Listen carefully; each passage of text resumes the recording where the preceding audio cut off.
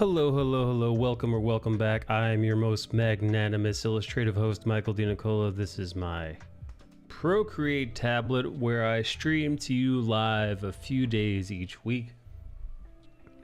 At the start of the stream, I like to show you guys what I sketched previous stream, as well as thank each and every one of my Patreon supporters, my Twitch subscribers, my YouTube members, Discord friends, everybody far and wide that continuously show their support either by joining the community, sharing video links, sharing any and all social media links. Just a major shout out to the community at large. You guys are incredible. Thank you, thank you, thank you. You make me want to keep coming back day after day. Okay, let's get into it. This was man, this drawing that I did, it was one of those that I had sketched out.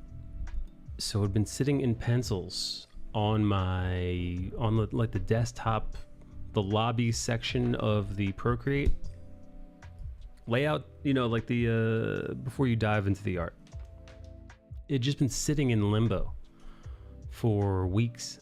I want to say it sat there for at least a month, maybe even more, maybe a month and a half. Yep, just sat there. Just I think to be honest, I think what I had, what can I say about this? I think I had just kind of grown weary of diving into colors for this one. I was yeah, isn't that weird? I was kind of like, I wasn't sure how I wanted to color it, so I didn't. And then rather than ink it, I just let it sit. You guys ever do that? You know, I guess that's my, you know what that is? That's my procrastination showing. That's what that is. Holy shit, it's fucking hot in here. All right, I'm turning the I'm turning the air conditioning on, so I'm sorry if you hear it being picked up by my microphone. But them's the breaks, because I shut it off for stream and immediately started sweating like a greasy pig. So in order to not continue to sweat like a greasy pig, here I am, drawing for fun. All right. Let's see what we're doing. Let's see what we're doing here today. I didn't actually do any, you know, it's funny, yesterday I didn't do any sketching. All I did was, I finished coloring up this woman. And then immediately moved on. Well, actually, I moved on to this one. So I've got a couple other pencil sketches that need working on. Actually, no, this one is just practice for practice sake. I'm just gonna delete that one. Yo, just dropping in for a quick hello. Oh shit! Thanks, Rogers. Thank you for 14 months. Wow, over a year of Mr. Rogers. Thanks, buddy boy. Very appreciated. Thanks, man. Thanks for being such a badass.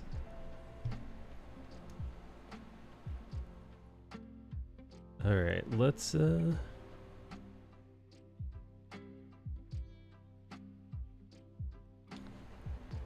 see how quick we could do one. You guys ever see I know Bale has. What's up, Bale?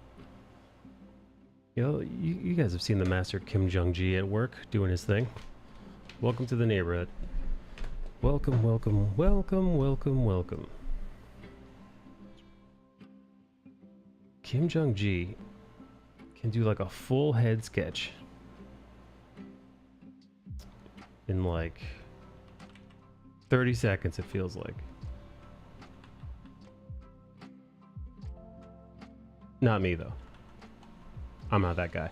I'm not even gonna pretend that that is a guy I could be. Not my jam. I mean, I wish it were my jam, but you know what I mean. Let's see.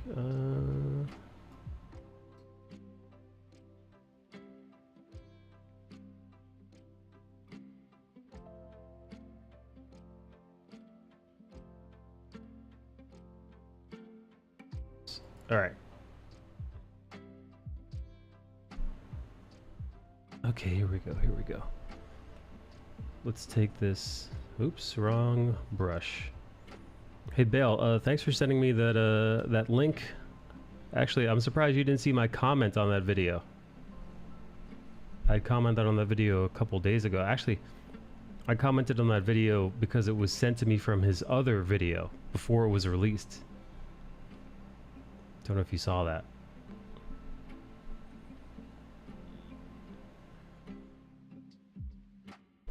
Okay.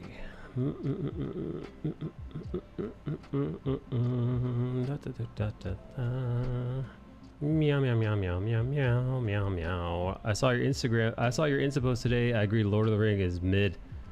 It's not terrible. It's not the worst. Like some people are treating it like it's the, you know, the appearance of the Antichrist. The Antichrist. But I wouldn't go that far. Yeah, I wouldn't go that far at all.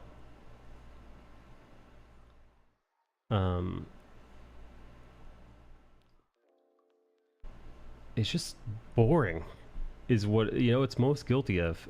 However, I must admit, I am not quite familiar with the lore. I'm not a lore guy, so I can't really attest to that. You know, I'm not a source material dude.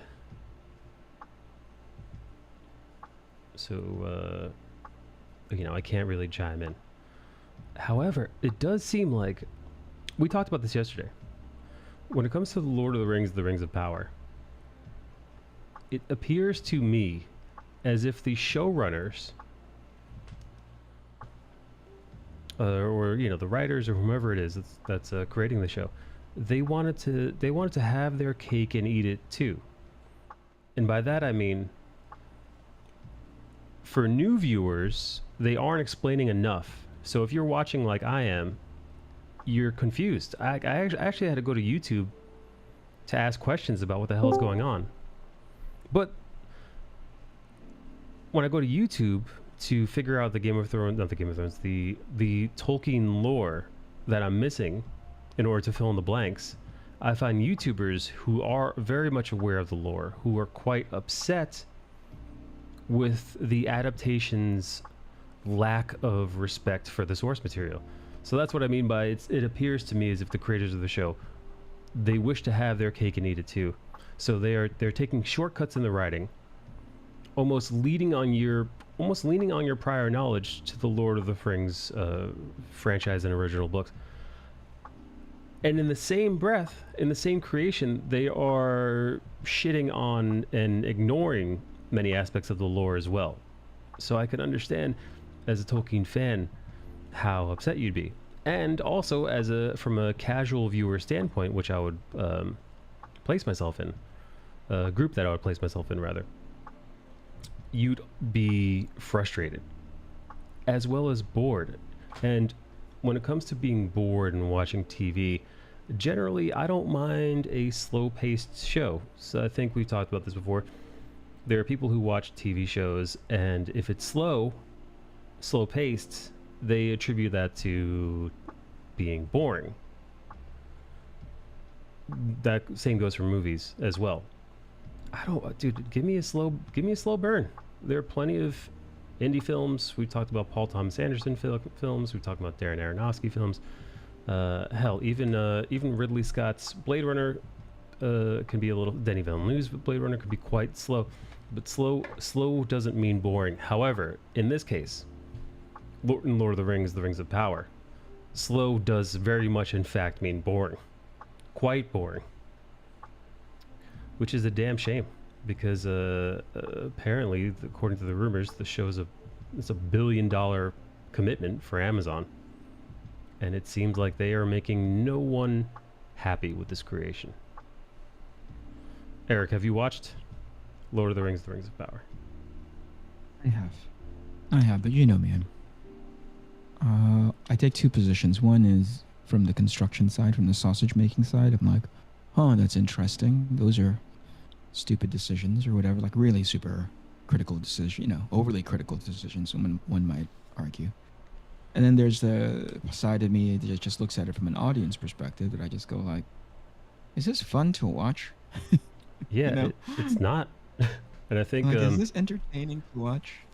And I think from what I've seen anecdotally online, the majority of people by comparison are loving what an inopportune time for Lord of the Rings of Power to share this moment in the cultural zeitgeist with House of the Dragon, because it appears to me from the reviews I've seen online and from the videos I've watched from various YouTube creators who commentate, and writers and cinematographers who touch on these things, fantasy nerds, they seem to very much appreciate House of Dragon, and comparatively it only makes Lord of the Rings it's lacking stand out that much more.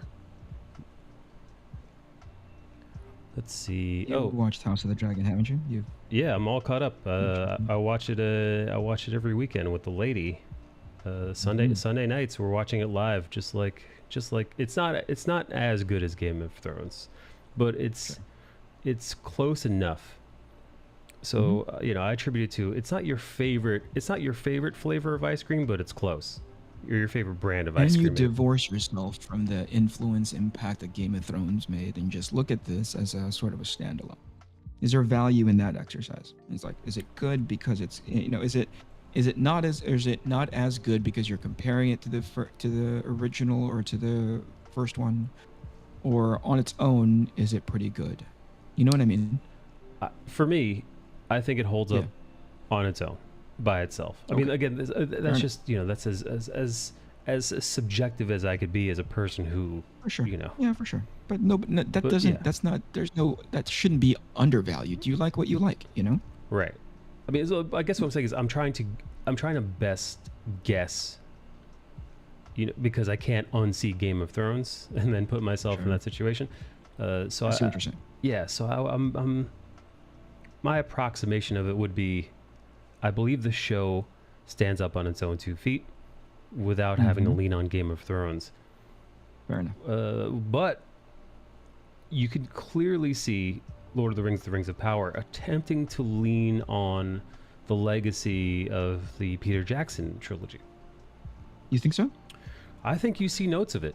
You see notes of it in the from the topography in the font to establishing shots, but even in the way that the musical score is composed, there are very similar musical notes and crescendos and pairings, very much similar to the man that composed, that scored the original trilogy. Who, oh boy, I forget his name. He's a legendary. Is it Howard Shore? Yes, yeah. So they're borrowing musically from Howard Shore. They're attempting to mimic the cinematography that Peter Jackson laid down. I don't know who his DP was, but you know what I mean. They're borrowing visual styles, even with the orc design themselves. The orcs, actually, I think the orcs are the closest thing to the Jackson trilogy. I don't know if they hired the original prop guys, that prop studio. Was it Weta? I believe. Yeah.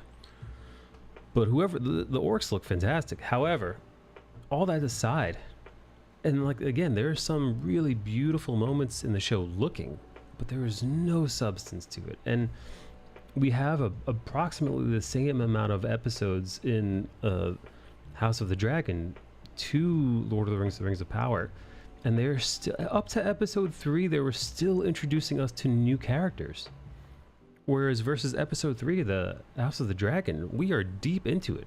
I mean, we're already dealing with the king's court's machinations. We're dealing with new Littlefinger types. We're dealing with people wheeling and dealing, and we know everyone's. What the thing is, we know everyone's wants and needs, for the most part, in House of the Dragon. We don't. There's a wedding episode that transpires in the most recently released episode. I won't say who or what or why. During this wedding episode, the tension is so thick, even though people are just dancing and chatting. Out of context, if you hadn't watched the few episodes, you'd probably be bored. People are just dancing and chatting and making, slight conversation. But what makes House of the Dragon stand out, and what makes Game of Thrones so compelling, is it's not always a bloodbath. It's not always sex and violence. A lot of the most interesting aspects of the show take place in a slight gaze, a slight smirk. One of the characters knows something you don't, or the audience is very much aware of something that one of the characters isn't. So we watch this character traverse this trap, and we wait to see who gets caught. Or sometimes the trap is almost sprung on us, the audience, a la the Red Wedding. We are the guests who are taken by surprise, the same way the King in the North is. This isn't a Red Wedding redo, right?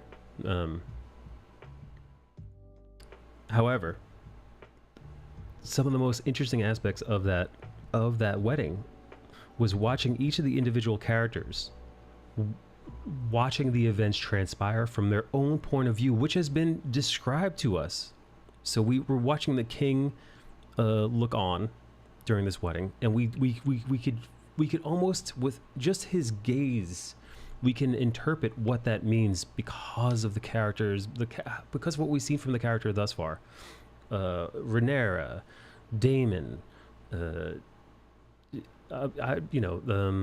House, all the goddamn names, House Valerian show up. All of these individuals have very specific wants, very specific machinations, very specific desires and schemes in which to achieve them. So watching that unfold, it's riveting. Meanwhile, Lord of the Rings, The Rings of Power, I don't know. I mean, it's such dumb. It's told so stupid to us.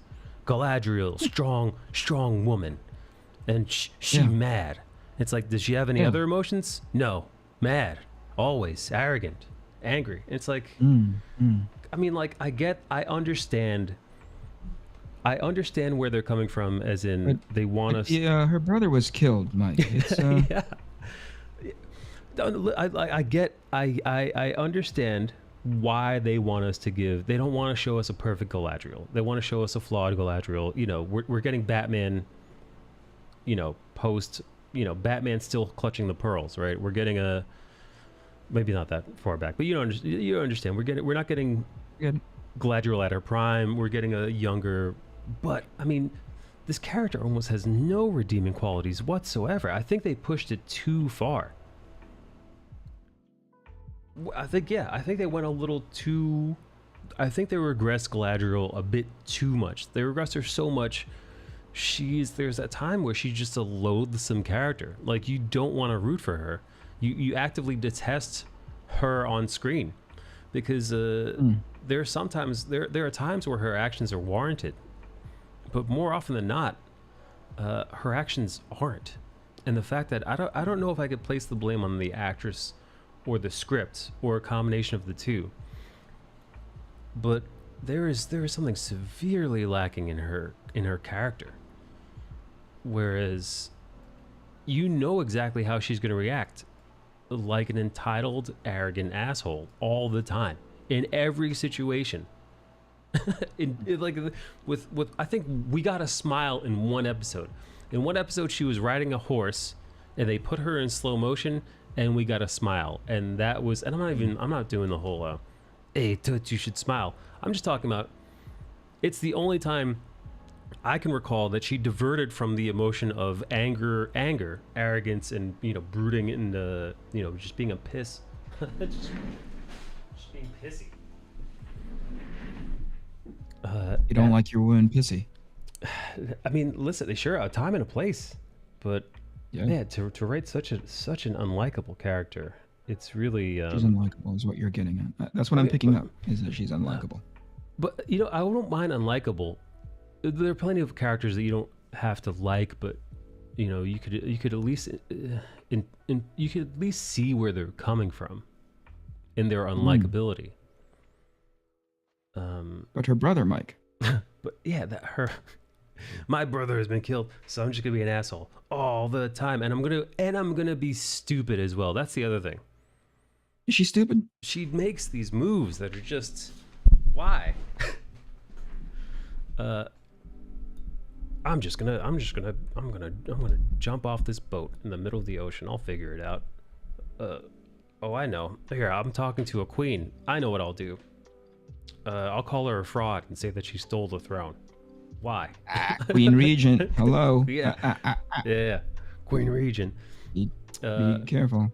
Meanwhile, Queen elected by the people, right? And the heir. You know, like she didn't usurp the throne. She wasn't like a Boromir. Is it Boromir? No. No, the dad. The dad. No.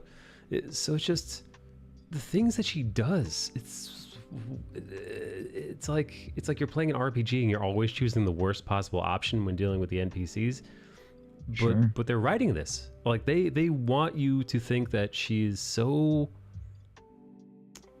myopic, right? She's so singularly focused on revenge that she just does dumb shit. I don't know, man. It's just oh boy, John, are you watching The Rings of Power? Or do you find it as annoying? John doesn't have television in the Philippines. Hang on, let me catch up with the chat. All that ranting. Hello, Strike Boy. Let's see. Bale says, which video? The most recent one. I looked at the comments and didn't see you there. 99% is made up by themselves. If there's any source material. Okay. Roger says, I saw your inspo today. I agree to Lord of the Rings is mid. At least it's not terrible. 99% of it is made up by themselves. They took what little was written about before The Hobbit, so they decided to make up shit they wanted. Yeah, there's a little more gray area of this stuff happened. There's a little bit more gray area as all this happens between the Silmarillion and Fellowship of the Ring. According to JSG, they're playing fast and loose and poorly with the lore. They keep putting in Asians in the background, but refusing to have them have any speaking roles. I didn't even notice any Asian people in the background. Same with the House of Dragons. I didn't notice any Asian people in House of the Dragon either. But Yoji, they are barely putting black people in House of the Dragon. There was a black, he wasn't a servant, but I think he was a maester in one of the most recent episodes of the House of the Dragon. And there are so few black people on the show. Yeah. Isn't there a Targaryen? There's the black Targaryen and a couple of his cousins that show up in an episode. But when he's not around, it's just like a sea of white faces. And then there was one black maester, and I was like, the Leonardo DiCaprio meme where he points at the stream, he points at the screen from Once Upon a Time in Hollywood, the Quentin Tarantino film. That's what I was like when I saw that black guy on screen. I was like, hey, look. Hey, they got one. Hey, they got another one. But the thing is, and the only reason is because the black people stand out so much. Like they diversified it, but like either make it mimic our reality or because what they did is it's like 90% of the cast is white and 10% is black. So when you see that 1 out of 100, you're like, oh, what are they doing there? How come nobody mentions this? It's like you think that in a world like this, in this medieval setting, a person with darker skin, they'd be of note. There'd be some notoriety to it because they are showing us that in this world it is rare and almost abnormal. A black person on screen in medieval times in this, or like I said, either do it where it mirrors our reality. And when I say our reality, I mean America circa 2022. Because not even Earth, because look at these Euro trash countries like Bale's from, where it's completely homogenized. Like it's still practically medieval. As long as we can knock Bale's country down a little bit. Any opportunity I have. No, seriously, like you could. The only black people I saw in Bulgaria when I was there, 10 years ago. Probably the demographics have obviously changed in a decade, but I think there was a couple of African tourists that I saw at the mall, and that was it. Out of witnessing, walking past hundreds, if not thousands, of people while I was there for a month. So it stands out. So you'd imagine it would stand out in this. So like that's what I'm saying.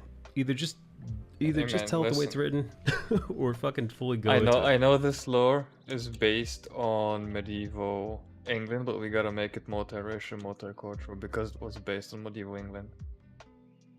Honestly, as an exercise, I don't have an issue. Like I don't care. I don't give a shit. To Mike's point, it's just like I don't know. It's like do whatever the fuck when you don't want. do enough world building behind it, right? Yeah. When you just kind of throw it in there and say, accept that. There's two arguments that can be made, and I don't want to sit on the fence about this. But here's the other perspective, which is like, why do we need to address it? It just exists. That's a valid argument. We're just like, why do we make a big deal out of that? It just is, right? That's valid. Is. Yeah, right. Listen, like chocolate sprinkles on a vanilla ice cream cone. Absolutely. That's how it rolls in this world. That's just who cares, right? Yeah. But there's instances when it's clear that, or it's clearer, or you can make an argument that it's like, oh, that's really, really ham-fisted. That is hammer on nail head. The example that I want to give is the Frozen 2. I don't know if you've seen it. Oh yeah, there is an instance in there where the head of the royal guard was a black dude that was stuck behind a what feels like a bubble or a mist of time, where they were in there for what feels like a generation. He confessed that, I was the head, I was the head guard, I was the head general for your dad, and yada yada. And you're like, and then when they pan out of when they kind of truck out from the royal court, suddenly there's like DNI checkboxes all over there, and I go like, what happened there? Like this. In the first one, there was 0% of that. Yeah. So it's clear that that's just, you guys were just like, hey, this is the space that we're going into, and that's just the way it is now. And I'm like, yeah, but again, it goes back to my original counter argument. It's like, what's the big deal? It just exists. Get over it. We're telling this good story. Is it really all that disruptive? And the answer is probably not. But when you look at it, you go like, you can tell that you're doing it to do a checkbox. Now, eventually, it might just be normalized. I think between now and then, you're weird. Just being it's weird. Yeah. It's weird. I think that's exactly what. That's an excellent point. I think that what it is the same thing in Game of Thrones. To your analogy of Frozen, in the first 8 seasons of Game of Thrones, nary a person of color. I mean, just not really there. It was not something that they considered when they first started the show. Now it is. Yeah. So people joke like, hey, what happened to all the black people? If a couple hundred years ago the court is filled with lots of people of color, where'd they all go come time of the Daenerys? Did something happen to them? Here's how I would, if I were at the front end of any of these kinds of conversations, right? Yeah. Because they're doing it so clumsily now. They had in the case of not Game of Thrones, but what's the other one? Rings of Power. Yeah. They they paraded out the black lady who was one of the dwarves, right? Oh yes. Who has such a minuscule role, from my understanding. It's such a small role in the whole thing, and yet she is front and center with a lot of these interviews about how it's so much more up to date and blah blah blah. You know what I mean? They make such a big deal out of it. She's not to the point where they're just just ham fit. Like you don't like sandwiches, you're gonna fucking eat this sandwich. If go ahead, Mike. Sorry. No. You're right. She's not part of the main cast. I mean, she's around, but she's not. Yeah, she's not. They don't move. She did like as a character, she doesn't really move the plot. She's just like, oh look, there's a black lady. That's a dwarf now, right? So instead of doing it like that, where it's almost a mission to try to really make you aware that they exist, yeah. And now people are holding them, being critical about what you're doing, and especially because you're doing it so clumsily, yeah. If I was at the front end of these productions, I'd just be like, yeah, they're there, and we did it because of the diversity and inclusion thing. That's it, and just be like, yeah, that's the trend that we're going into. Not make such a production out of it. What I mean? Yeah. It's embarrassing. It really is embarrassing. Rather than saying, "Hey, this is the beginning of where entertainment is going to go," hey, we're going to start including people of color and multiple races and blah blah. I wouldn't make a big statement about like we want to make this world reflective of where we are now and blah. It's like it's so disgusting. Just put them in the show, and people are like, "Hey, wait a second, where'd those come from?" Like, oh yeah, that's the trend that we're moving into. Thank you very much. Next question. Anybody want to talk about the plot? Anybody want to talk about where we're thinking about taking this thing for the next 3 seasons? Here's our plans. Just get past it. But instead they just sit in the quagmire of defending the decision. You already made it. It's already done. Right. You're done with that. The least you could do is deliver a good show. And at the end of the day, to your point, like if it's good, nobody will care. Nobody cares. Nobody will care. Actually, to be honest. But instead, now you're going to use it as your shield, right? And this is what's happening. The moment it's there and people dislike it, to be clear, there's plenty of people who are just like, black people should not be in that, blah, blah, blah. I don't give a shit. Right? Get over it. This is the world we live in now. Yeah? Yeah. But instead of taking the criticism and go, this isn't a very good show, right? To your point, it moves slow. You don't mind a slow burn, but at the end of the day, it shouldn't be boring, right? That's a great note. Yeah. They never address that. They never address the plot. It's always like, oh, you don't like the show? Then you must be insert whatever sort of like diversity, inclusion, anti-talking point here, Who cares? Who cares? I gotta tell you, to be honest, the Black Dwarf character, she is a highlight of the show for me. That whole thread, Elrond, Durin's prince son, whose name I forget, their relationship is the most compelling in the show. It's the only thing out of like the lot of it that I actively look forward to. And actually, the Hobbit thing isn't too bad because I'm very curious if that's Gandalf or not. But that's it. The Southland story, I don't give a shit about. The Galadriel story, I don't give a shit about. Here's the thing. The reason why you kind of glom onto it because there's actually something interesting happening. It is. It's compelling. Yes. I don't know why they wrote. I don't know how many episodes you've seen, but the relationship between the dwarfen prince and Elrond, it's actually compelling. It's beautiful. There are really great moments of dialogue between those two where you feel tension and you feel companionship and you feel a kinship between them. But you don't feel that in the rest of the show. Even the love story between the black dwarf and his white woman, you don't feel like the child on that show, the young teenager on that show, it seems as if they're alluding to him being part elf, because he doesn't even look anything like his mother. They don't look like they're even the same race. So I think they're alluding, but you don't feel that relationship at all whatsoever. Versus, Aragorn and, Liv Tyler's character.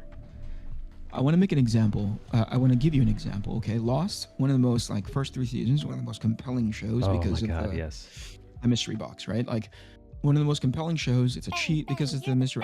Ultimately, I don't care what you think about that storytelling mechanism, whatever, right? Right. My point is that cast was so ridiculously diversified from not just in the, what do you call it? Not just in race, but also in age, There's a wide range. They covered everything, but at no point did, who was Perrin's character's name? I can't remember. The black dude with the dreadlocks and the kid. Michael?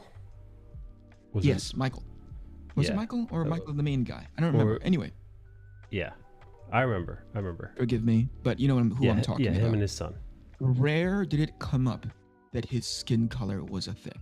No. And as a matter of fact, it only came up in contrast to when he was sort of having conflict with, was it Jin? I think it was a Korean guy. I think it was Jin. Played by, was it Daniel Kim, I believe is the actor's name. Very handsome. Yep. And really chiseled Korean features. Yeah, I remember when he came on the screen. The great thing about that is it came from a place of a how would you say it? Like a societal prejudice, right? Yeah. It spoke to that because that's where he comes from. And you're like, there's a natural but it was handled in such a elegant way where it's like, oh, that makes a lot of sense because that comes from a place. At no point did they say, look at these fucking Asians on this show. Look at how we checked off that particular box. Hey, Right? we did it. Never came from that. You know why people celebrated it and they kind of looked past or they didn't look past it, but they just kind of accepted everything just wholesale, is because Lost was a good show. Lost was a good show. Really compelling show.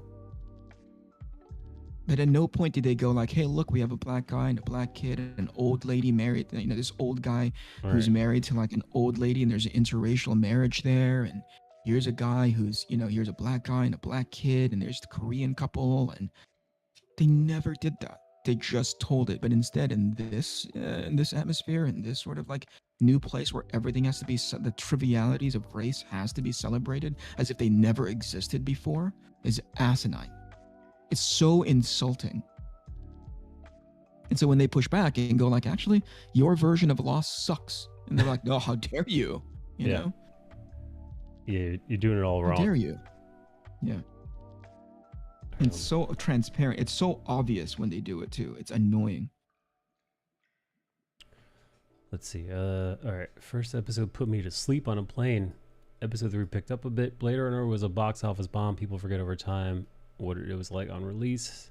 Game of Thrones and House of Dragon is based on historical stuff. So there's stuff in it drawing from that that's already happened and fleshed out. Nikki says easy to compare, but it does hold up, especially focusing on the house's lore. I agree. I expect House of the Dragon to be more explicit and mature audience than Lord of the Rings. But Lord of the Rings can be great without that content. If there was more story progression. It feels like we are moving too many storylines at once in Lord of the Rings, which slows them down individually. I mean, I would be inclined to agree with that. But again, remember in Game of Thrones, there were multiple different storylines told at a time. We hopped from Ned to Daenerys to Tyrion to, you know, just to Arya, Jon Snow. I mean, we got so many different characters' perspectives throughout the story, but it was told so well with such a compelling through line. Although the stories were different and sometimes had almost nothing to do with each other, we were engaged. Here's the thing. Yeah. Sorry to interrupt, Mike. Here's the thing. They built up to that. Think about season 1 and the main through line, right? They didn't do too many offshoots. They built up to, hey, now we're going to pay attention to this little girl as she tries to make it back. And, you know, it was season 1, if you think about it, was very bare bones. It was 2, right? Very, very bare bones. It was the Daenerys story and the Eddard Stark story. That's it. And all those things that spiderweb from that. Very, very simple. Here's the overall doom that's forthcoming. Here's what it looks like when this young lady is, you know, destined for the throne, supposedly destined for the throne. And then here's how the Stark house gets sort of like dismantled because of this other family. There wasn't too many, not that I can recall, unless there's another through line there. But it really, really simple. And I think that's the fault of a handful of. That's a nuanced thing that I don't see in Lord of the Rings. There's too many things going on. Hey, Mimi Chairs is here. Hey, Mimi. Shout out to Mimi Chairs. Oh, thank you, Nikki. Mimi has wrist pains. Mimi, we're talking about Lord of the Rings and House of the Dragon. Stuck in the office for another 2 hours. I'm okay. Yoji says all the minorities are wiped out in Game of Thrones. Could you imagine? Imagine if they leaned into that. Dude, imagine if the dragons went into all the minority islands and all the minority cities and just like ransacked and razed them to the ground. Mimi says, yeah, let's move on with the incest plots. So much incest. I was making a remark about George R. R. Martin. I'm like, does George R. R. Martin have any siblings? Because if you're his sibling and you're reading his work to be supportive, and at every turn, there's just more incest. And then you're just like, George, I'm reading House of the Dragon, your newest book. Another one? You're incesting again, George. Again? But like, imagine, like, you're his brother or sister, and you're just like, does George want to fuck us or us to fuck him? No. You know? Remember where that guy is Yeah. taking? He's taking the less polished version of like history and just No, like, sure. ramping Listen, it I up know to they did 20. it back in the day to keep the bloodlines pure, and the kids, half of them were genetically deformed in some way. I get it, Right. but he's really leaning in. No, So I'm guessing Thanksgiving dinner at the R.R. Martin house is awkward because of his writing. You think so? I think he shows up dressed real provocatively for Thanksgiving dinner, just asking. It's not for true. That can you imagine? This man has girth. Yeah, exactly. I think, hey George, could you pass potatoes? Sure. And then he leans over, and then you see the whale tail. You see the little thong showing. And then he looks at you slyly as a relative. It's like, George, he's doing it again. I just had to emphasize as a relative. Yeah. He's So gross. You're both so disgusting. I didn't say anything this I time. don't even say anything. I'm just gonna throw him in that same fucking boat. Oddly enough, the same thing happens during the John Amore Thanksgiving. All Koreans are named Jin. No, says John Amore. George Martin also shows up at John's house. Yes. Is he the Filipino Santa Claus? Oh man. How is Ollie doing without you, Mimi? I think Ollie's doing good. I'm not named Jim. Neither is Samsung. Yo, House of Dragon is so boring. Get out of here, dude. I don't think it's boring at all. Maybe my opinion is skewed because I'm watching Lord of the Rings. So much incest. No, the Rings of Power. I'm watching the Rings of Power, so comparatively, House of the Dragon. Oh, it's like it's like being like a solid 5, but having that fat, ugly friend next to you that artificially inflates your level. Yeah. My life. George as an editor. Has anybody watched the new cyberpunk anime on Netflix? Netrunners, I I thought think John was. I've heard nothing but good stuff. Skullbash came in here yesterday to talk about it, and I told him I'm going to start watching it when I'm done with Primal. And last night I caught up all on Primal. Primal is Todorowsky. Yeah, Gendy, old Gendy Tchaikovsky or whatever. Tchaikovsky. Old Gendy. I don't know how to say it. Tatarkovsky, come on. It's not that hard. I don't know. But yes, that dude. Excellent show. Amazing second season, I believe this was. Really compelling. And that is. Imagine writing a story that has got next to no dialogue whatsoever. I was gonna say, you know why I don't like it? There's not enough talking. I need people. I need people to tell me their feelings as opposed to show me their feelings. It's funny you say that, because that is literally every fucking anime I've ever watched. Yeah. Yeah. You know why? Yeah. Can we pan on this and parallax the person in the background, and maybe there's a shadow that falls on them? Might be an interesting angle, but can they talk through it? And by the way, they're not doing nuanced like vowels or like consonants when they're animating the mouth. It's just Yeah. Can we do that over and over again? Oh, you know what would be easy? What if the character just told us exactly how they were feeling all of the fucking time? All the fucking time. Tell me your relationship about that person, how you feel about them. Yep. Cool. Great. Give me some more backstory in the middle of this fight you're having. How about some backstory? Yeah. No more updates. Bill was about to But go into there is defense. What were you about to say, Bill? Not defense as much as clarification, because it's a genre thing, and because most of the anime you're watching is shonen, and it's written for kids, and sometimes for kids you gotta spell it out. I believe that's what I've Nope. noticed. I watch plenty of kids shows. I have kids, and most of the time they're just like, "I'm gonna go punch that guy in the face because he's a bad guy." I'm like, "Yeah, go punch that guy in the face." Yeah. And then turn to my son and be like, "Hey, don't punch anybody in the face." Yeah, no, look at any Disney Learn movie. conflict resolution. They sing about their feelings in some of them. But Yeah, did you know the rule about that? No. There's a There's a rule? rule about music. There's a rule about musical theater, and Disney cuts out the middle part, right? If it becomes too compelling to talk about, you sing, and if it becomes even too compelling to talk about, you dance. That's musical. That's like watch any musical, West Side Story, and the whole bit. There's a general rule of thumb. Interesting. Disney does the singing part. Nice. I like that. Let's. No more updates for the PlayStation 4.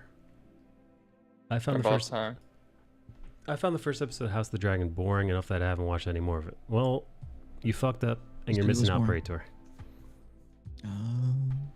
No, but listen. Listen, to each their own. Yeah, you know exactly. what I mean? Like what you like. Yeah, Like I what you mean, like.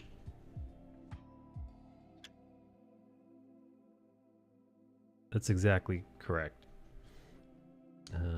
There's some guy who somebody online was saying, describing the sort of plot, the very, very broad 10,000-foot view plot of like Arc Athena, right?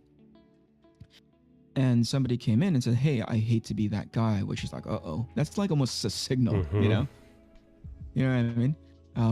I hate to be that guy, but that plot sounds like every other thing that we saw post Watchmen, blah, blah, blah, blah, blah, blah, right?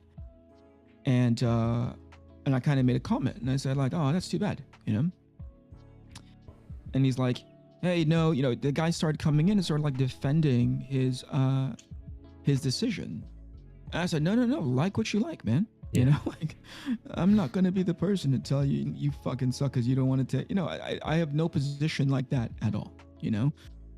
Even to Matt, you know, I remember when we got into a little bit of schism with Matt back in the day, but that wasn't really about liking what he likes. It was more like, hey, I'm making a call on this because of X, right? I want to unearth that again. But ultimately, what Matt likes is what Matt likes, you know? Right. So right. I don't care, you know, like what you like. I think we are in a weird ecosystem now where somebody goes like, well, I don't like Game of Thrones, or I don't like the, you know, Lord of the Rings because the plot line is boring. Somebody like, well, you don't like it because of the diversity and inclusion. No, that's not what I said. Right. Right? You can pivot it around there and just fucking straw man the hell out of me, but that's not what I said. Yeah, I mean, I wonder if it is interesting, right? Because is it there's sorry, Mike, hold on to that thought. If somebody says I don't like it because there's like, you know, whatever, like there's black people in it, you know? Sure. I'm like, oh, that fucking sucks, but like what you like, you're fucking racist. Yeah. You know? But like, yeah, okay, I get it. You know, like, yeah, you have your tastes, racist, but okay. Yeah. I was going to bring up the question. Do you think things have changed with us as people and the way we view media in regards to our possessive nature of it, as in feeling as if we need to, not only do we need to like it, but you should also like it as well? Great question. As in, like, we're looking for we're looking for validation of the things that we like, just based, and not just based on our preference, but also I have to be like, somebody else needs to like this in order for me to feel good about my decision. I don't think it's coming from that. I don't think so. I think it's more emotional. It's like, oh, I like this thing and I think it's awesome and I want to share it with everyone, and just since I think it's awesome, there's no way you can think that it's not awesome. Yeah, but I'm trying to get one step beyond that though, Bale. Like, why do you need that validation from somebody else? Right? Like, why do you need to, like, why can't you just like it? And people are like, oh, fucking, you know, Super Mario Kart sucks or whatever. How dare you? Why do you, you know, or even talk about it to be like, oh, you don't like it? I like it because of this, or I don't like it because the controls suck. I'm like, oh, we're talking about two different things, you know? Like, whatever. At the end of the day, I like it and I like it. I don't need to berate you because you don't like it, you know? But if you say something like, I don't like it because a bunch of fucking Asians made it, I'm like, oh yeah, no, it's not enough. You know, it's something else. You know, I think that's a different conversation, but I don't understand why you can't just exclusively like something like an anime, and, you know, outside of me tongue-in-cheekly making fun of you for it. But you can like something and I'll be like, well, it's just what Bale likes, and he doesn't need to defend it. You know, he doesn't need to defend it, right? I don't know where is that what you're asking, Mike? Like, are we now such Where are you coming from? I'm wondering if, because to John's point, this is a feeling I had similarly. Fans have always been like that. I mean, yes, you know, people. You walk into any niche nerd cultural subset, right? Some subculture, comic books, video games, fans of things have always bickered back and forth. However, Sure. I believe Yeah. that social media has changed that. I think it's you know, I like this. That thing sucks. You suck. But I feel like that has gone on since forever, right? Yeah.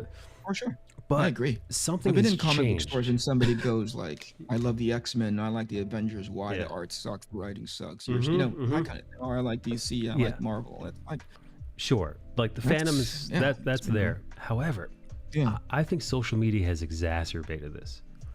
In what capacity? In what sense? I think people are way more inclined to just dig in. Whereas, because, well, think about it like this, Eric. So you go to the comic book store, you see comic book Yeah. friends, and you're like, oh man, this Avengers, I love it. You know, and then so the event, it's written like shit, it's drawn like shit, and you're like, well, what do you like? I like the X-Men. Fucking, you're gonna shit on the Avengers when you're liking that X-Men issue. That X-Men issue is ass. You should put it in the bathroom and use it as toilet paper, right? And then you bicker, Sure, and then sure. you know either you make up or you don't. But then you go home, and then you go on with your day. Social media, it never ends. you could easily waste hours of your life, almost endlessly, arguing with people online. I know this because I see comic book creators doing it all the time. But I mean, You've done it. You've done it, you disgusting pig. have I done it? Have I? No, I don't do it. Argue with people I think you online? have. I've already taken snapshot of you arguing with people, Michael. You just might as well fess up to it now. Maybe in the Discord, I've gotten in some arguments in my own Discord. Kidding. I just wanted to like trap you into like a meeting. I legit try to think. I mean, I must have at some point, but not in the last 10 years. I will say I've come very let me add close. to what you're talking about. Yeah. Oh yeah, you and I argue all the time. You're like, fuck you. You like Sex and the City? You know, you said that to me once. Yeah. Okay, let me add to what you're talking about as another consideration. Okay, Yeah. I do believe that social media has made things worse, but I don't think it's in the capacity that you're talking about. Tell What me. I think it's done is that it's made it more public. It's just helped to really put a huge magnifying glass on it, and now because it's made more public and people have more access to it, it just gets bigger. Does that make sense? Like the action, the sort of like muscle that twitches when you like want to defend the thing that you're into, that's been going on since forever. What social media has done has just put a giant magnifying glass on the things that people don't like and how they argue, right? Yeah. Right. And it's kind of like made tribes bigger, if that makes any sense. Your local tribe used to be just at the comic book store, you know? Now it's become Twitter that's, you know, however many millions of people strong. Yeah, you're right. So that's another point to it. So it's not that the argument doesn't end and it just exists there perpetually. Now, other people, anybody who has access to the internet that feels one way or another, can join in. Yes. And but what's it's done in sort of in an ancillary capacity or by proxy is when you have mentally unstable people, like 3 of them arguing in a comic book store, at the end of the day, I'm going to kick you out of my comic book store. You can go be mentally unstable. You know, you can be low on medication in your own home, right? Yeah. But what Twitter has done, what social media has done, is allowed those people to be in the proverbial, the conceptual comic book store all the fucking time. Yeah. And you can't kick them out. They never and leave. You're just on there, using that avenue, using social media, using that outlet to be their like either their confirmation bias or their own personal sort of like therapy couch. Oh, God. And you're like, that's the worst fucking thing you can give that person, is to not give them a break from like always trying to validate whatever kooky thing that's going on in their head. Well, I mean, you know, listen, I think we brought this up a couple weeks back, but I saw a creator who treats Facebook, his public Facebook page, which has thousands of followers and viewers. It's not just his private. You can say John Demore. It's okay. I was gonna say Tom King, but I don't want to call him out. No, but he was clearly going through a mental health episode. He was having a some sort of small mental health crisis, and he made a plea with his Facebook group, I believe asking for kind comments or something along those lines. It was my comments only.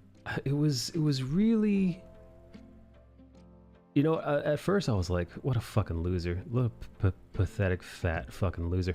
Bizarre. That was, and yeah, but yeah, as I've given it more thought, I've been able to take a step back, and I just felt sorry for him. Yeah.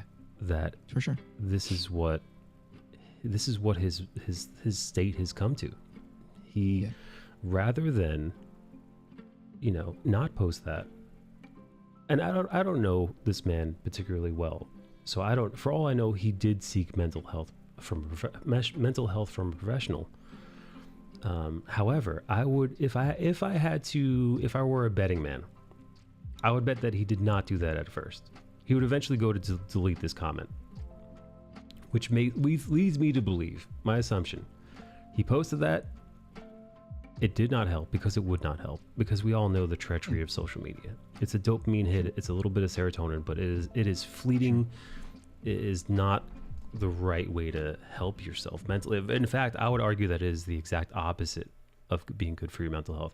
So I would imagine that this man posted this, then sought help, then thought better of his decision. Real help, I mean, not help from internet strangers giving you thumbs up and, messages of affirmation. Yeah. Sure. Did Mike say what the comment was? I don't want to be specific. I don't want to be too specific, but it was he made a mental health plea to Facebook and anybody else who follows him at large.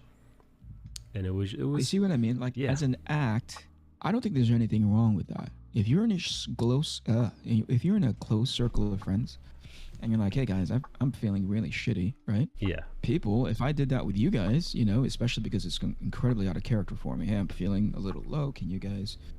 I wouldn't say things like nice comments only, but I'd tell you guys, hey, this is what's happening with me, and you guys would be, because you're human, you'd be like, oh, that sounds really bad. Yeah. Like it just as recently is like, hey, my kids are feeling under the weather, and to the person, they were like, oh dude, that sucks, I'm sorry, I hope you don't get sick. Like natural levels of empathy. Yeah. But because social media has opened this can of worms of like, you think you're going to get genuine reactions of empathy from people, and you think it really, like, it comes from a place, you think that's an extension of where you can get that. That's weird to me, right? Yeah. Where you really believe that that's going to help you. Social media has opened that up. That's sort of thinking that's not necessarily an okay thing to do, but that's an avenue and by which you can do that, and it'll actually help. Yeah.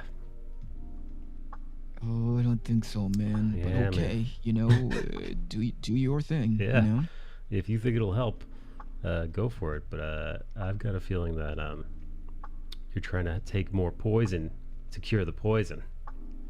Yeah, I think you're trying to go for an immediate fix that may help you right now, but the long-term one is the one that you should really be focused on. That donut is gonna make you feel good right now. But yeah, sure. Don't eat that donut. Yeah. Insert any addictive behavior right then. Yeah. I mean, that's what it's become, right? I mean, that's what it's become. I mean, there have been multiple documentaries now where you see the original creators of many a social media platform who either regret what they've created or are adamant in keeping their children as far away from it as humanly possible. For sure. Yeah. And it's and every time in most conversations that I hear about this, people will cite an exceptional situation in which social media helped, right? And I go, yeah, but that's an exceptional situation. Yeah. You can't point at the lightning strike and go like, look how fucking, look Yeah. how like, and some guy gets struck by lightning, they got superpowers, and like, well, that guy got struck by lightning, he got superpowers. Yeah, true. But most people, Yeah. they just get fucking Yeah. electrocuted. They just have a stroke and die. Yeah. So they just get burn marks all over their body where it exits them. Like rarely is somebody going to get superpowers. So I don't like that because, again, the people cite the exception, not the example. And social media is rare about the exception. Rare about the exception. Most people are examples. I had to step away for a including second. this fellow that you're referring to. Yeah. Lots of Facebook people saying it's poison. Yeah. But I don't think it ends at Facebook. Twitter, TikTok, Snapchat. I was reading an article recently that said they just looked at Instagram alone. God, I wish I could quote the exact percentages, but it was a notable percentage of self-harm in relation to teenage girls and their exposure to Instagram specifically. Up. Now keep in mind that's that whatever that end that the girls are going through, that thing is transferable. It's happening on TikTok now. Sure. Yeah. No. Right, because it doesn't end with just like Instagram isn't doing something so amazingly unique for their platform. Yeah. Right. That self-destructive behavior is unique to that. It's social media in general. You're taking minds that are undeveloped, we're going back to the original comment that you're talking about, where it's like nobody can ever just be comfortable with themselves without the opinion of like 100,000 other people telling them what they should be into, Mm-hmm.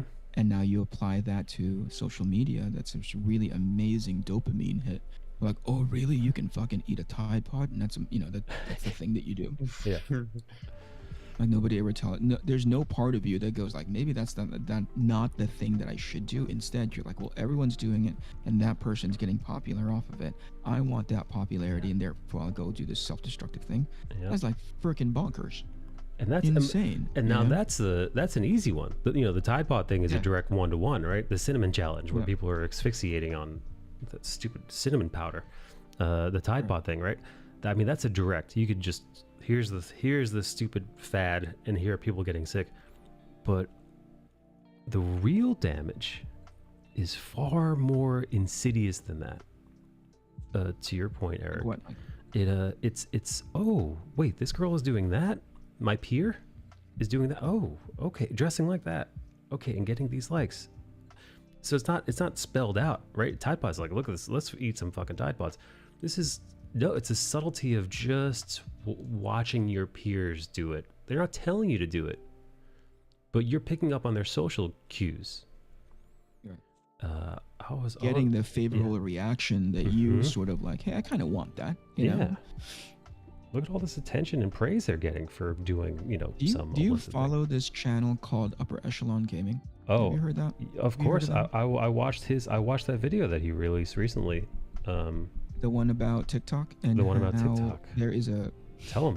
I didn't even know this because clearly I don't. It's obvious that I don't go on TikTok. But there is the thing where you can go TikTok live. Is that a thing? Yes, I've actually done a couple of TikTok lives. It's not. Yeah.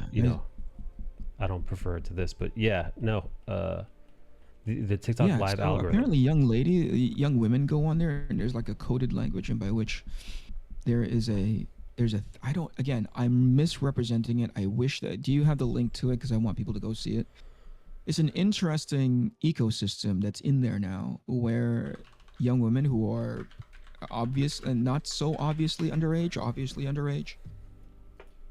They're streaming live or whatever it is, going on TikTok live, and they're getting some kind of monetary benefit from it. And there's a coded language behind it, and by which people say something, and you go do it, and they reward you in some capacity. Yes. And the moment somebody goes in there and says like, "Hey, by the way, I am of an agency that's questioning your age," they immediately go like, "Oh, I'm 19." Yep. Like, no, clearly you are not. Here we go. I found it. It's called TikTok is Poisoning Society. So what Upper Echelon found in his research is that and listen, I know this. I use TikTok a fair amount. I mean, I probably spend about an hour a day on TikTok, just cruising around for funny videos because that's what the algorithm shows me, and I like to have a laugh, and then share these memes on my Instagram page. However, if you are looking at nothing but thirst traps, TikTok will serve that to you, and TikTok also has its own ecosystem. Dark little underbelly. Yeah. Its own little like I don't want to say it's a dark web, but how it works is it's the stuff that Bale's into. Exactly. Oh yeah. Bale loves it. These attractive young ladies. What I've seen, because TikTok has tried to. That's the other thing. Even my old ass TikTok is like, you like watching cute young ladies dance around. It tries it, right? Yeah, it tries it. It randomly says in the collective that is TikTok, they say like, well, a gazillion people like this. Let's see if there's enough connective tissue here that Mike likes it. So it means that somewhere in those gazillion people, somebody like Mike, similar in profile, has also watched it. And they said, well, Mike has similar, like out of the 20 things that we look for as an algorithm, this guy has 16 of them and Mike has 14 of them. Let's see if Mike's into it, Yeah. And that's all it takes. Sorry to interrupt, Mikey. No. I mean, you nailed it. The algorithm will serve it up to you as a, hey, you're a 15 to 35-year-old. Hey, why don't you give this a shot?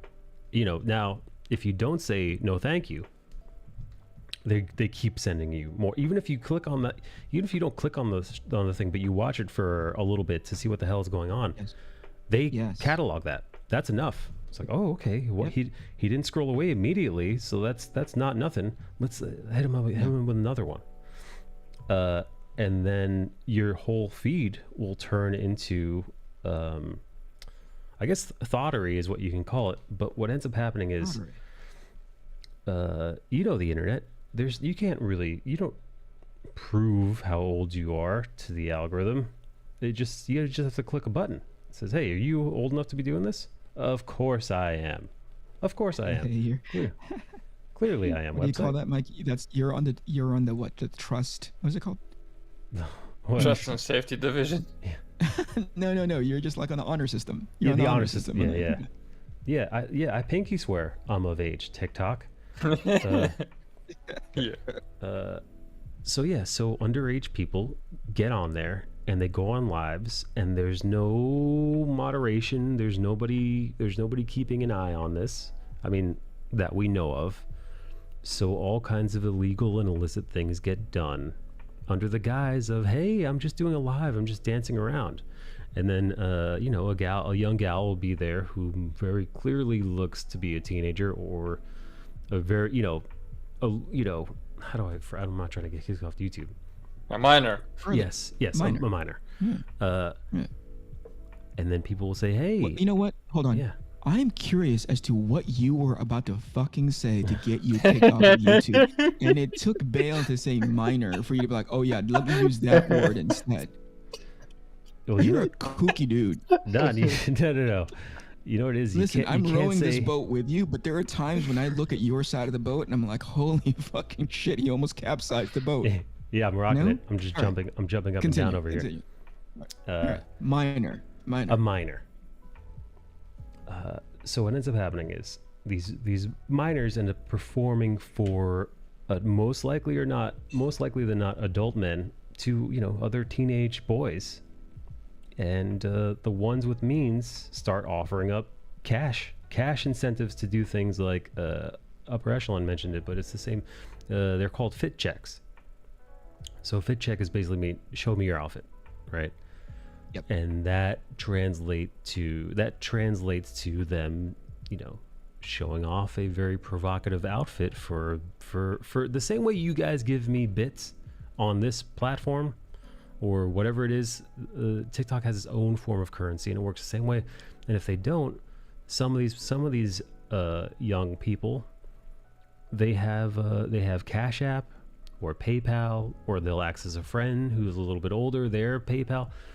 And that's how they start selling their wares. when it is highly illegal and illicit to do so. TikTok has managed to cultivate this, this hive of scum and villainy on their platform, and it's really fucking disgusting. And to be fair, it's not unique to TikTok. It's not as if this thing has never been done on Facebook, as if it's never been done on Instagram and other social media. The point is, right now, TikTok is TikTok is the place where people want to be, because, and it's clear because like Instagram is just scrambling. I can't remember what the numbers were, but Instagram is scrambling to initiate their version of everything that it's native to TikTok already. It is to say that because things are moving in that direction, it's people are highlighting it more and more. Hey, TikTok is doing this, but when Upper Echelon did that, I was like, that's not unique. It's just happening on TikTok this time around, but it doesn't make it any more right. It doesn't make it any more like there is no what do you call it? There is no sort of what would you say, like a security feature that prevents that from happening. No. It's pretty twisted, man. And listen, TikTok. Matter of fact, did you see? I saw an article just yesterday that Twitter is facing perhaps judgment against it for very similar things happening. Minors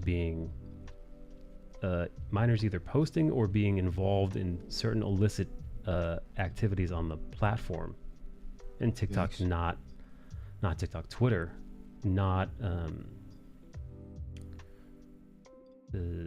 shutting it down the way it should. I want to see if I can find that article. Okay, so where do you draw the line? I was thinking about this the other day when I saw that Upper Echelon thing, right? It's the internet, yeah.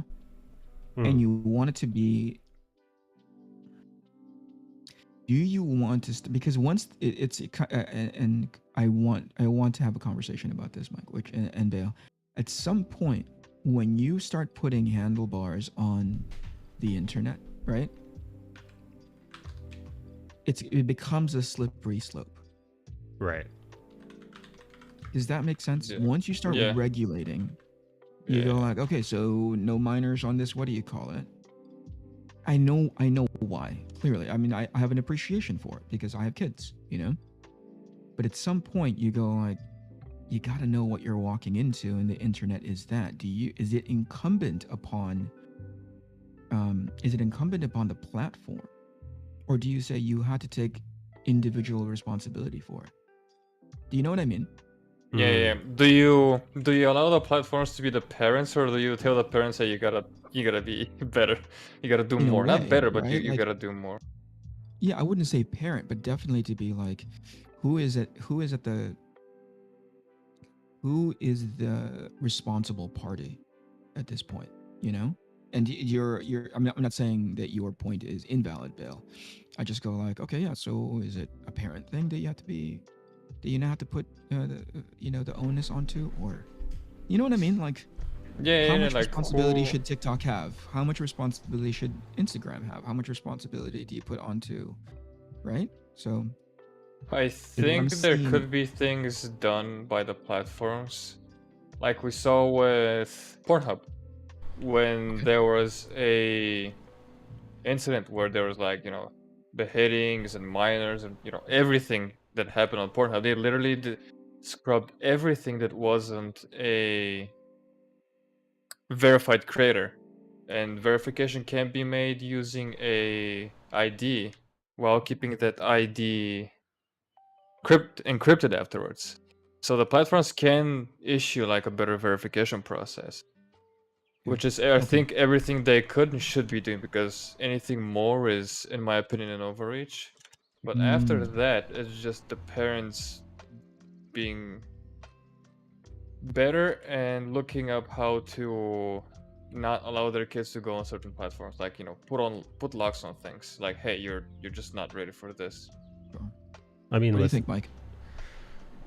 It is a slippery slope, and it's, to Bale's point, in an ideal world, parents would be on the ball and willing and able to shield any, minors from this kind of thing. However, we were all teenagers. Some of us were much worse than others. John, I'm looking at you, John Moore. But they get into trouble. They do things, especially things that they know they're not supposed to. So there's going to come a time where you can't stop them. You could stop them from doing it at your house. You could lock the internet down. You could put various child locks on stuff. But what about when they're out? What about when their friends are assholes and their parents don't care? You can't. And their internet isn't locked down. They do whatever the hell. But now with that said, that doesn't mean the onus of responsibility falls solely on a social media platform to parent your child either. It's a very, very tricky situation. Here, I found this article from The Verge. I'm going to share it in Sled Gang, and because of the title, I do not want to post it in either of the chats, because it's very salacious language in the title from The Verge. This is a Verge article talking about Twitter's lack of ability to moderate illicit activity involving minors from their platform. Is it just sort of like highlighting it or being critical of it? Because there's two things, right? Where it's just like, it's exactly in the vein of what we're talking about, which is like, hey, it's difficult to fucking police all that shit, right? And that's the highlight, right? Mm-hmm. When it's being critical is when it's saying like it should be able to police that activity. Oh And yeah, you're like, that's bro, are you kidding? that's How the do you do no-go on my that? end. Yeah. It's impossible unless actually there is a way to do that, and that is if we live in a police state, in a surveillance. I think you should just kill everybody. Like the moment you find it, no trial, just straight to the death chamber. I think when it's done, it's comical, but I understand where it's coming from. Okay, so anytime you want to talk about COVID-19 on YouTube, they put that little banner at the bottom. Oh boy. Yeah. Right, and you go like, oh my gosh, this is eye-rollingly bad, but I think it's the best that they can do.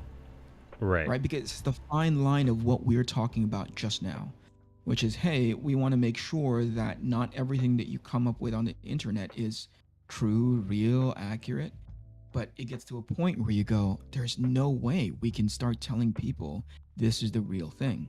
Do you see what I mean? Whereas they were doing that before. They were being accused of doing that before, where they were like censoring people that weren't going straight down the middle of the narrative path when it came down to like alternate forms of medicine and all those kinds of things. You know what I'm getting at? Yeah. Yeah. It's enough to step back and go like, here's this sticker and here's what we know, here's what we're being told from official sources. This isn't from that official source. And at that point you go like, what else can they freaking do, man? I would hate for them to go the other way, which is like, hey, this isn't the official source, so we're going to take this off of our platform. That is not cool. That's not cool. I think that's as elegant as you can get. Yeah. And I think, circling back, the platform's doing what they can without overreaching, plus putting more responsibility on people, because as society changes, so should we. I think it would be better for us as a species or as a society long term. Like, hey, you're being trusted with this, so either use it responsibly or you lose it, you get grounded. I mean, and kids, in situation with kids. Yeah, but some people don't want to go down that route. Nobody wants to like do the hard work. Responsibility is hard. Well, no, that's there's because it's the hard version. Afterwards. It's the hard version, right? It's like telling a guy's like, hey, listen, how do I get to like 12% body fat? You're like, fucking not eat as much and lift a bunch of weights, like, oh, I don't want to do that, And like, yeah, okay, so you're never going to get to, yeah, exactly, to be like, I don't want to fucking do that, and you're like, well, too bad, you can't get there. It's like, how dare you? It's like, honestly, that's the only way you can get there, So it reminds me of what you're talking about, a bit. what you're talking about is an investment for the long term, and not many people can see that. But in the meantime, between now and then, right? There's going to be a lot of pain. There's going to be a lot of like growing pains. There's going to be a lot of like all of these things that you need to experience in order to go fucking get good. And some people just don't see the benefits of the short term pain.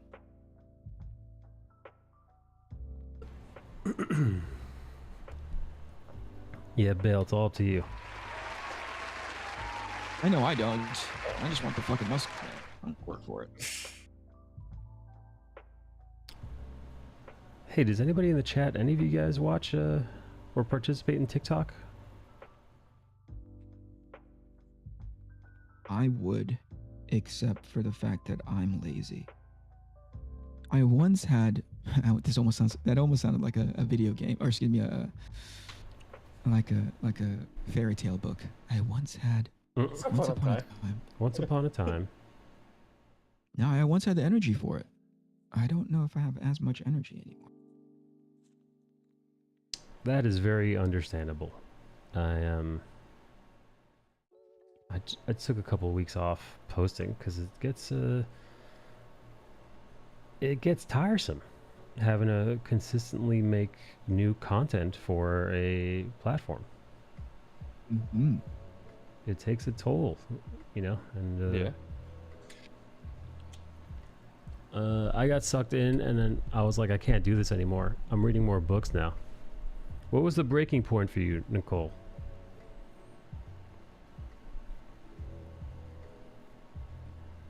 And she was bamboozled into a TikTok skin club. You know, the funny thing is, even though I took a break from posting on TikTok, I was still watching TikTok as a viewer. I just wasn't creating content. Sure. I was consuming. Sure. Yes. Passive, less active is what you're getting at. Yeah. Yeah, I was scrolling through Instagram stupidity, and I saw this reel or whatever they call it that make me kind of sad. It was somebody just fixing was it a cupboard or something? And it went to the tune of everything is content. And I'm like, that is the saddest thing we can think of as a species. Yeah, no, I've actually seen that. That's how it's being leveraged, that little tune, right? But sometimes people take that a tiny bit to heart. You don't people don't see the irony behind it. They don't see like they're singing that song as a form of irony, but you guys are seeing it as like, oh yeah, that's a mantra now, you know? Yeah. Well, you know, the thing is, because these algorithms have gotten very demanding by way of you create and your audience grows, you don't create and it doesn't. And as a matter of fact, we might just bury you and keep you from your audience for not being the good content creator we need you to be. So that everything is content joke, you know, it rings true. So people end up recording themselves for these reels and TikToks doing everything. Bale, what was that video you sent me the other day? I haven't watched it yet. It was about that dude was he drawing and posting his sketchings more on his Instagram? Oh yeah, I told you about Rich Friend. He noticed that his account wasn't growing at all, and then he started posting his pencils, you know, then more like the next step of work in progress, then the next step, and then a finished one. And he said that he had like an explosion of growth. So I'm wondering if that's just because he's putting out more volume and not necessarily more quality. Right. Well, it's a combination of both because the guy's super fucking talented. Yeah. But that's, I mean, he did generally the algorithm, right? But the algorithm said, "Hey, more," and he said, "Yes, yes, Daddy." Oh. And Daddy says, "Oh, Dick, oh, Dick friend, here, let me give you a kiss." Why are you calling him Dick? Oh, Dick friend, we love your volume. Keep making your volume, bitch. Don't stop.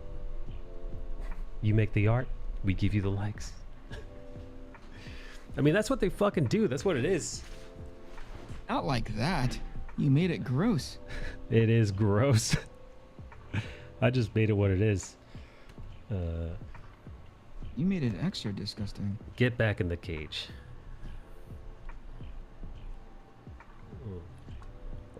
Nikki I said also, people.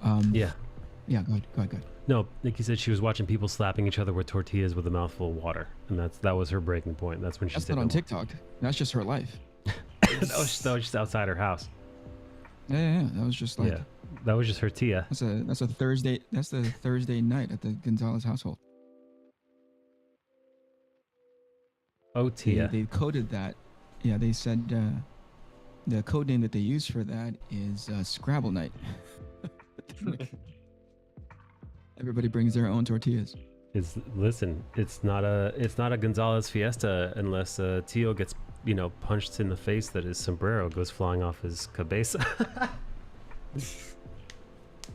I imagine that through all of that, you managed to remember it Cabeza Did means you try to think of all of those fucking words? he just I gotta come up with all of these Spanish words. he said cabeza like a retard. Like I a use true Cabeza Spaniard. like a proper Spanish. Yeah, dude, like a fucking retard, The dude. actual Spanish. How dare I you? never even knew the history of that. And when I found out, I was like, "You guys are don't do that. Yeah, you guys are assholes. You guys are Wait, forwarding an impediment, and now it's societal." Yeah, you sound like I don't even know. I don't even know anybody who has that real lisp, except John Amore when he's at the gay club. What? Yeah, he puts on that lisp, that lisp. John? Anyway, listen, I'm gonna go back to the whole cabeza thing that you just said, which is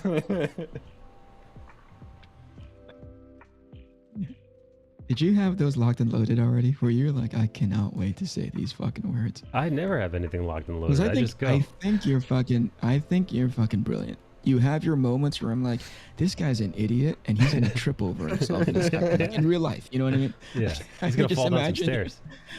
Yeah, I just imagine you walking randomly into somebody else's house Yeah. going like, this is good, this works for me, But then you have moments like that where I'm like, fucking Mike is a genius. Mike is brilliant. Boy. And then you would randomly walk into a house and I'm like, that, not that much of a Nope. genius, but he has his moments, I'm like Rain Man. He does for the free drinks. You know what? John was a handsome younger man. I could see him being attractive to other men. What are you saying now? That he's like an uggo and he's got no chance? No. I could see someone being like, ooh, man, John Amore. Man, that guy looks like he can bottom. Right, Bale? Jesus Christ. Oof, with those curls, he's got bottom written all over those curls. This is so disgusting. Knock off.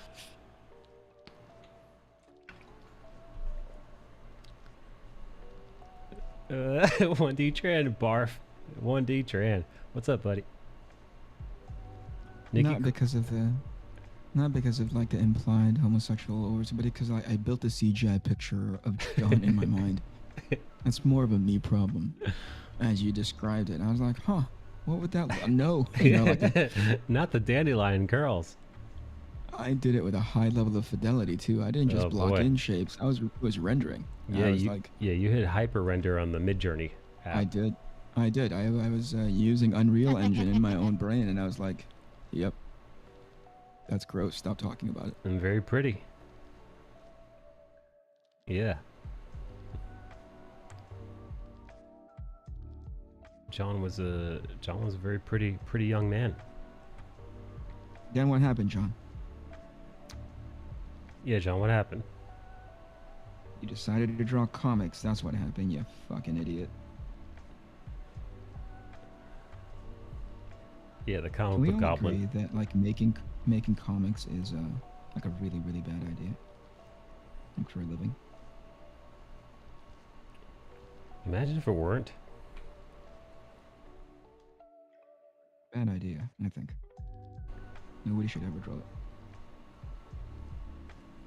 And it's not even like listen, the most successful people in comic books aren't comic book artists, they're manga creators. But even those guys, some of those guys, it's like if you think you've got it bad in comics, check out this schmuck. point to a guy who's But also, like, are we saying their success? It doesn't automatically translate to the person. You know, right. the book is successful. The person may not be, if that makes any sense. Sure. Right? Yeah. God, imagine how miserable that would be. You toil away, churning out 10 pages a day or whatever ungodly amount they have to do. And Page after page 30 a of month. an animal, and it's like, just 30 pages a month, that's it? I thought it was way more. I mean, that's it. I mean, that's for the mangaka that I've linked to you, but I think that they need to churn out around 20 pages a week if they're releasing 20 weekly. pages a week? 20 pages a week isn't 30 a month, dude.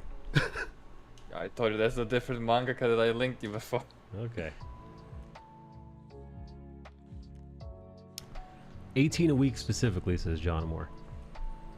For Shonen I'm Jump. talking about yourself, John. What a fucking... This fucking guy. John, how many pages a week do you do? 19. 19? No. Dale, John just called you a Shonen chump. Are you gonna let him get away with that? Did he call him a shonen chump? No.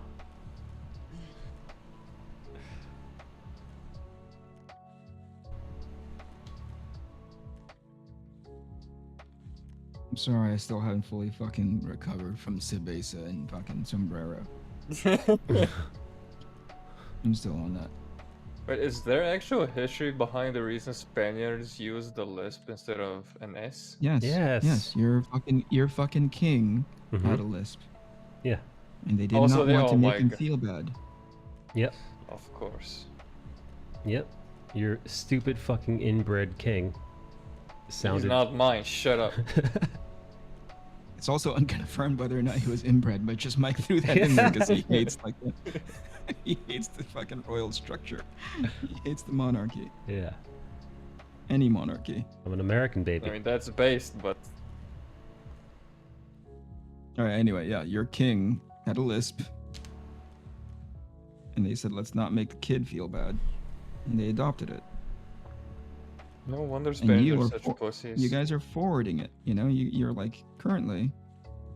You guys are lisping. You don't even. Some of you don't even know why, which is weird to me. God. You just think that's normal. That's like if our president talked like Elmer Fudd and not. Well, actually, he does talk like Elmer Fudd. But like if our president talks like Elmer Fudd, and just so he doesn't feel bad about himself for the next 4 years, we all started talking like this. Like you know, like this. Just like this.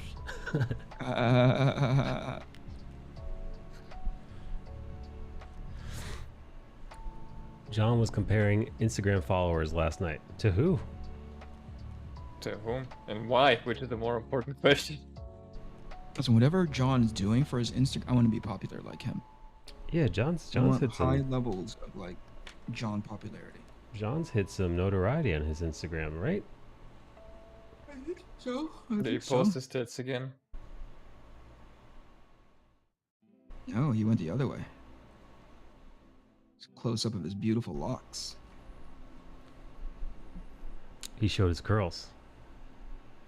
That's it. Girls get the girls. Kept the And gender. guys. He kept the gender ambiguous. Yeah, he just showed You off think those that's the greasy secret, curls. keeping our gender ambiguous? And sometimes he would wear a little extra lip gloss. Yeah, I was thinking the same thing. I was thinking he recorded his curls and then he recorded those plump lips. I didn't know 0% of my brain said plump. Yeah, he's 0%. dancing around to Goodbye Horses, dude. He's making kissy faces at the camera. Goodbye horses. Stupid. You're so stupid. This is what I mean, right? For every bit of like really amazing comedy, just walk into a random house and just start eating their food. John says, I don't like how he emphasized plump. I know. Zero. Like, I don't know how many people use the word plump these days, Michael. And yeah, you're like, yep. He does. Now's the, I do know now's I'm the talking time. about John Moore. In his lips, apparently. Like if I said plump clitoris, would you be... Oof. Yeah, see? See how you just oofed right now? Yeah, immediately thought of Nikki Gonzalez. Oh, that's it. I gotta go.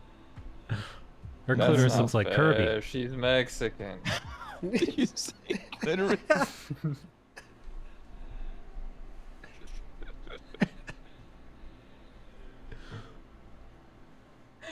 You're talking about like from like the John video said game Jack Kirby. character.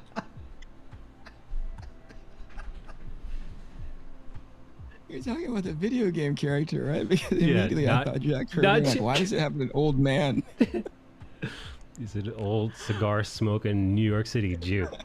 That's exactly what Nikki's vagina has got going on. Drawing the fuck out of something. Nikki doesn't even know who the fuck Jack Kirby is. Doesn't matter. He was a very handsome man, Nikki. Don't you worry.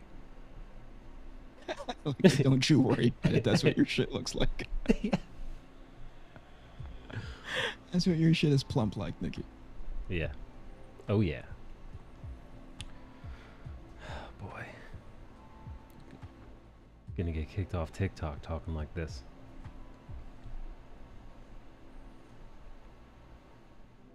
It is wild to go back to that conversation.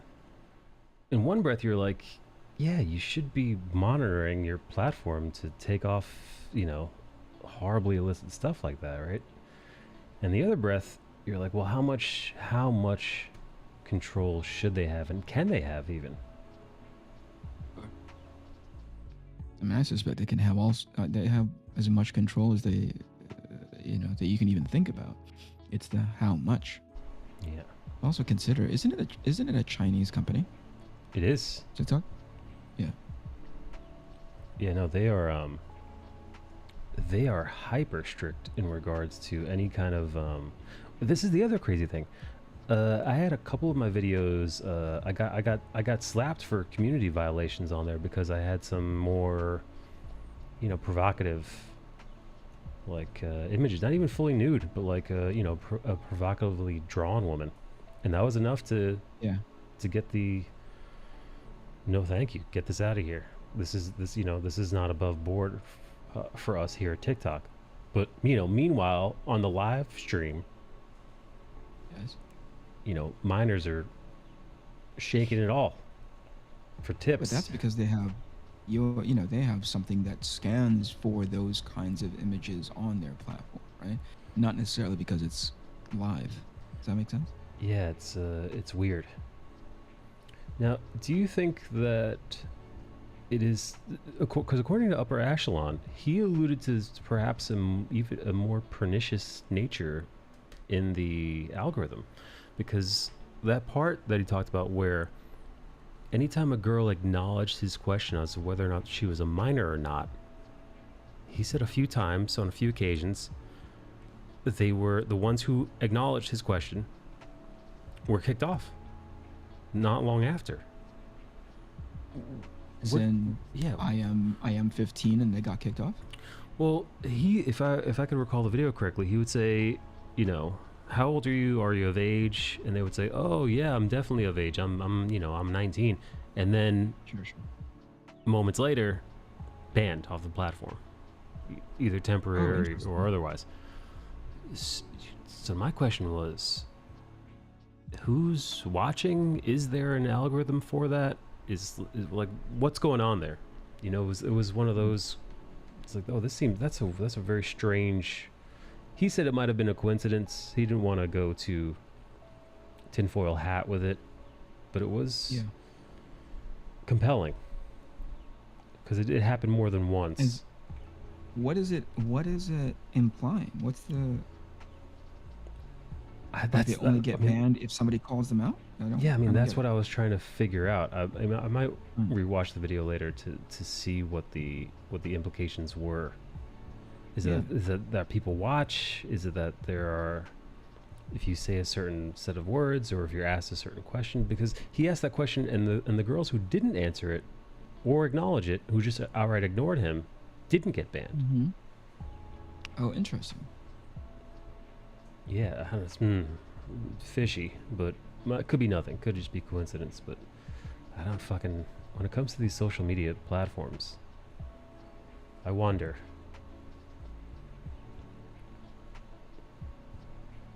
Also, the fact that it's a Chinese company, that's, you know, that doesn't exactly bode well either. They have a Chinese company, but a U.S. based headquarters as well, right? They have a Yes. Because they outright, they were caught lying to us as well, lest we forget, a few months ago. A report came out that TikTok, the Chinese version, or the Chinese headquarters, they said that, you know, the Americans, although they wouldn't have full autonomy, they would be able to guard our data from the prying eyes of the CCP. Only to find out that is absolutely not the fucking case. The CCP does in fact have access to the U.S. servers, and the U.S. server data was accessed on several occasions by one of the people working at the Chinese facility. Wow, is that true? Yeah, no, it was a big article. So yeah, that's but people saw it.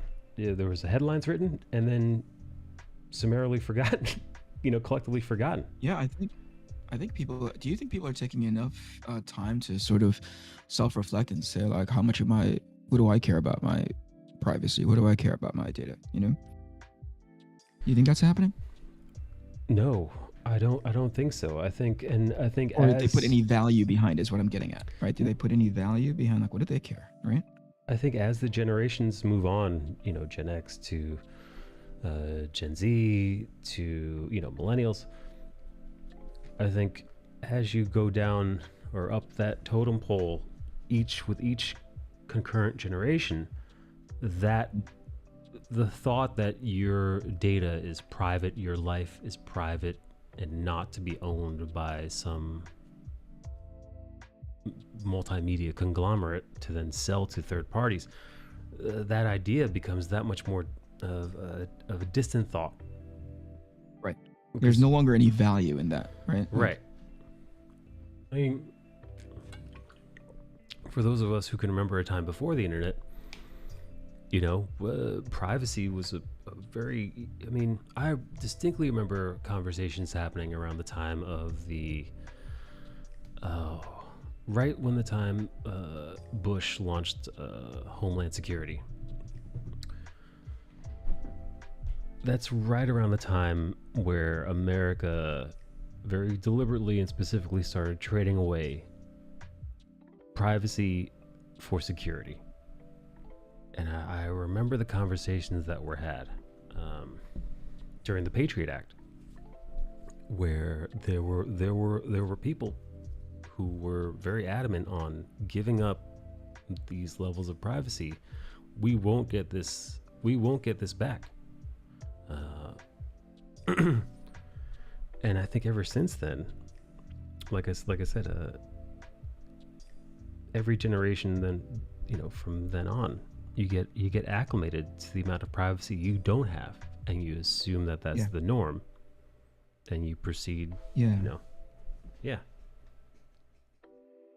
Here's the thing, even back then when they were saying how we were not going to get this privacy back, I don't think anybody was arguing about it. I think the argument was, why does it matter? You know what I mean? I don't think everybody said, oh no, you'll totally get it back and everything will become a closed book again.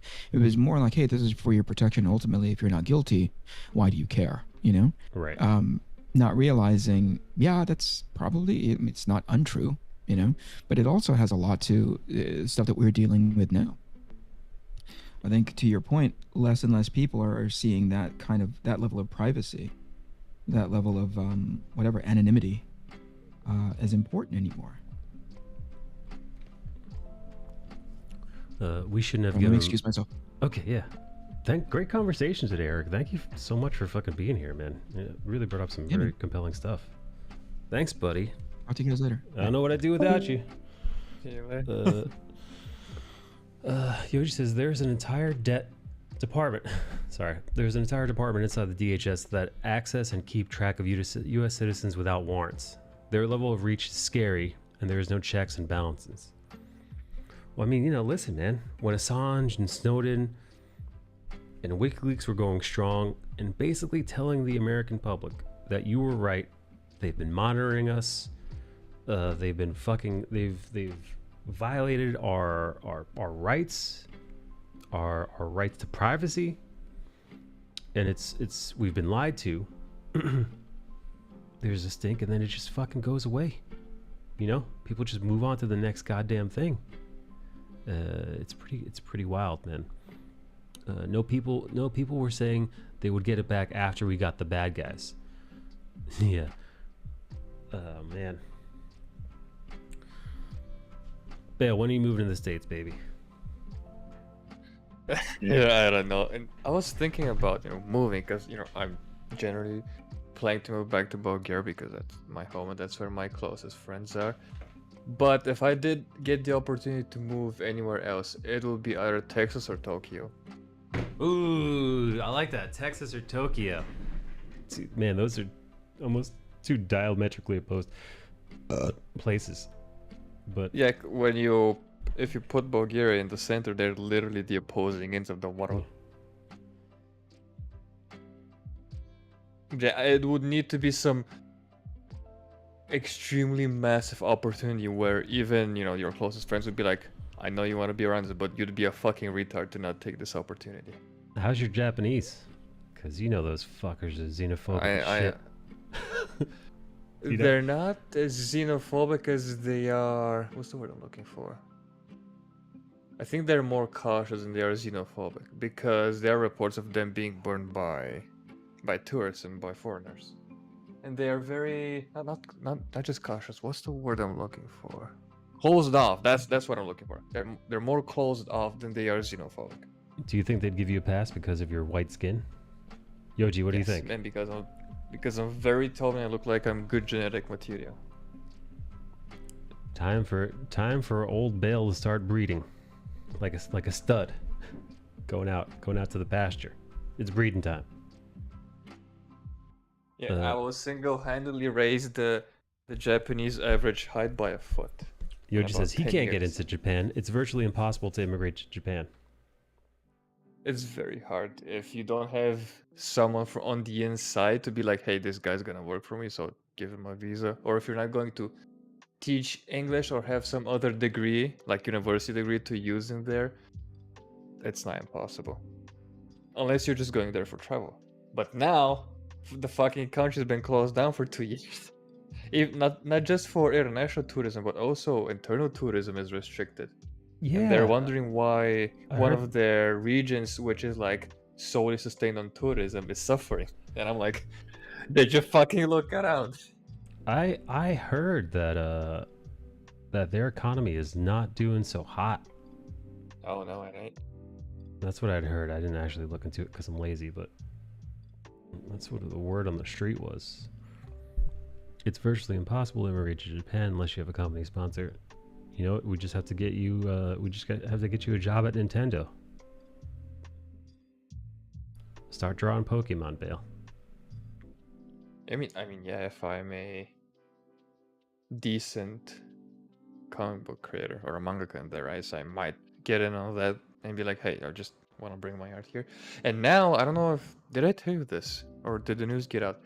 The Shonen Jump app that's hosting My Hero Academia, One Piece, and yada yada yada, it has a creators tab. Literally anyone can go on that thing and publish their own manga. Whoa. Yeah, you, me, Master Kanedi, even John Amore can go on there, publish a creator-owned story, and there are monthly prizes, plus the chance of actually being published by Shueisha. Damn, dude. I know Webtoons is big, but can you compete with Shueisha? Because it's free there. Like they don't ask for a subscription or anything. You can have your free Shueisha app. Just follow the links they give you to register there as a creator and just upload. Imagine though a filthy gaijin making manga. And then being published in the official Shonen Jump magazine. Would you lie about your origin? Would you give yourself a fake No. Japanese name like CB Cebulski or whatever the fuck his name is? No, I don't. Actually, my name does translate pretty well into a Japanese name, but My name is I already have a Yuki pen Fukujima. I already have a pen name that I'm using, so there's no reason for me to change it yet again.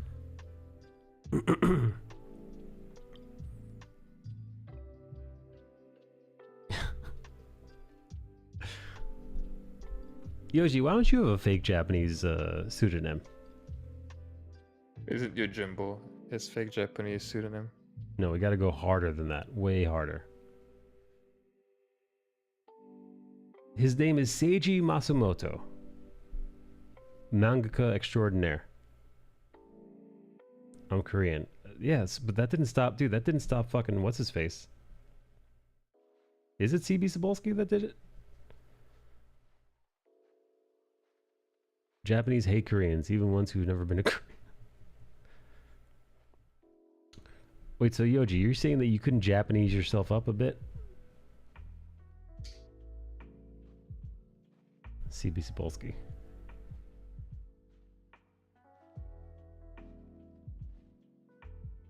You know, that's Bale, that's what we gotta do. We've gotta get Yoji. We've gotta Japanese him up and send him in undercover. We gotta Japan him up. Yeah, I don't want to go into specifics because I don't want to send him undercover where, and most importantly, on what mission. Well, listen, that'll come later.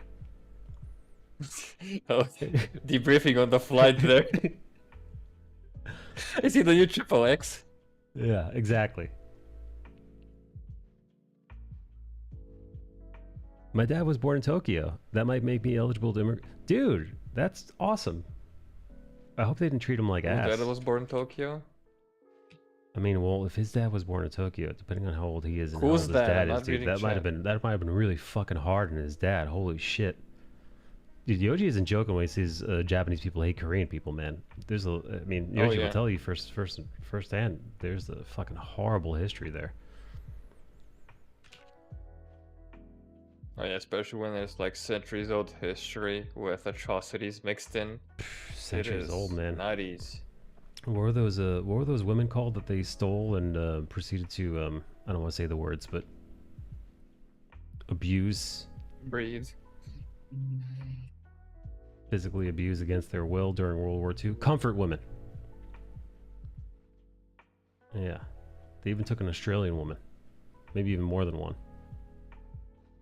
So yeah, not even a century old. Yep. That was thing. He left at 2 or 3, but he's still regarded as a citizen. Oh shit, dude. Yeah, why not, man?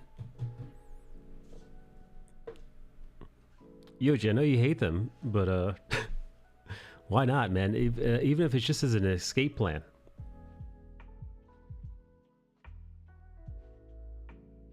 Hey, doesn't John Moore speak like rudimentary Japanese?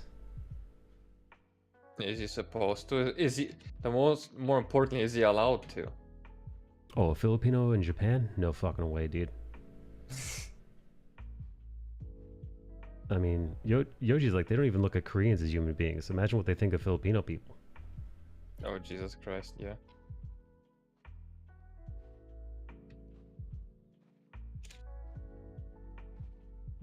Although I heard that handsome black guys over there, they can clean up well with the ladies. Some of the ladies. But you know, it's a real hit or miss. You know, either they're really into you or they're spitting at you, kind of a thing. That's what I've been told. I mean, some people have that as a kink, so I don't see. I can see how it's a win-win in any situation. Well, not Eric Bonham. Remember that time he was banging that white woman and she called him the N-word? She said, "Bang me, N-word," or whatever. Oh yeah. I think that's a bit of a sport on his part. Like he instantly went limp. Like, yeah, get your reparations then. I'm trying to think. Oh, I don't think I'd go limp if somebody called me a racial slur in the bedroom. Yoji, if you're banging a white woman, she calls you a racial slur. She's like, "Fuck me, you dirty." I don't know.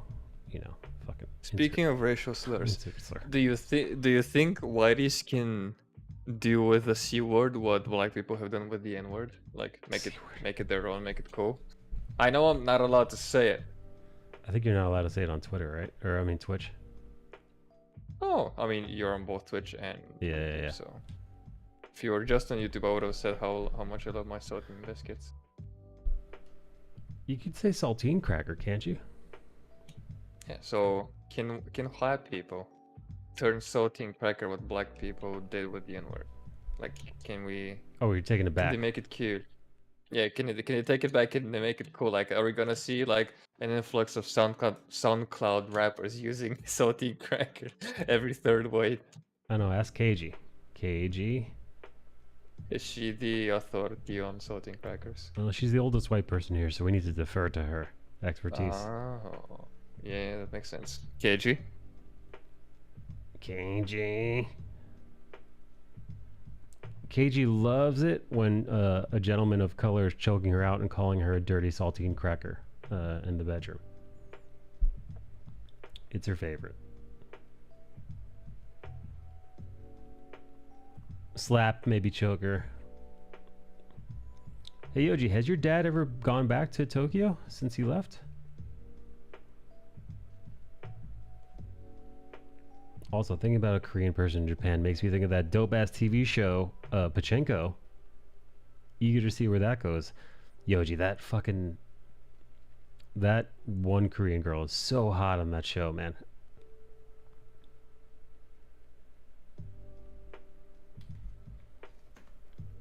He was too young. He has no recollection of Japan. That's probably for the best, dude. You know how they fucking were then. As bad as they are now.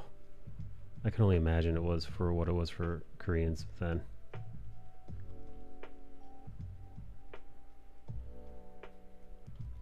She speaks English pretty well. She was on Colbert. Really? She's got to be one of those giant sensations over there, right? Just like fucking millions of followers, people hanging on every word. I watched a video of a Chinese influencer drinking rat poison on a live stream. Somebody posted that. Bale. Bale? Why? Well, because apparently she was being internet bullied, and then she pulled out the rat poison and was like, you know what? I think. Well, she pulled it out, and people were like, she wasn't gonna do it. She's like, hey, look at this. Look what I picked up. And people were like, drink it. and then they started insulting her, calling her all kinds of names. And she did it. She chugged it. And then immediately regretted it and proceeded to call the police or the ambulance. But Bale, it was far too late. She did not make it. Yep. I don't know what made me think of that. Oh, I guess just thinking of giant social media sensations.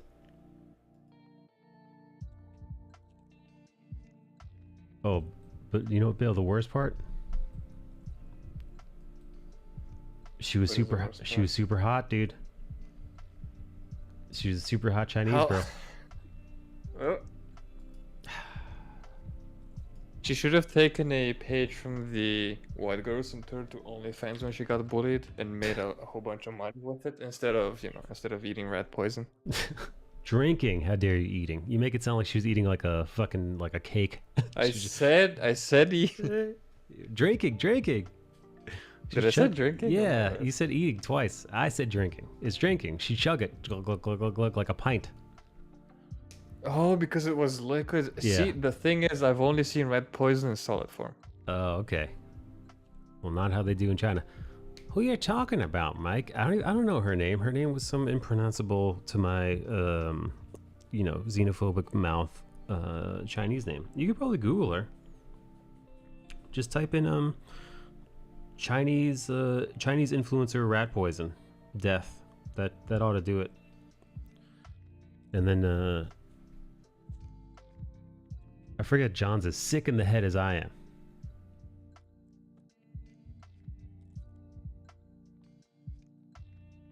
Oh yeah, I forgot. John loves his Chinese girls, doesn't he? Doesn't he, Bale?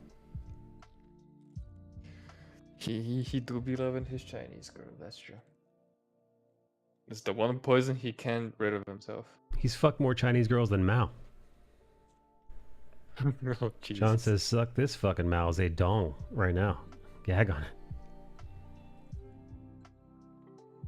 And he likes Chinese girls so much he fucked 2 sisters in one night. Yeah. John once recorded one of his times with a Japanese with a Chinese escort, and he called this homemade movie Crouching Tiger Hidden Foot Job.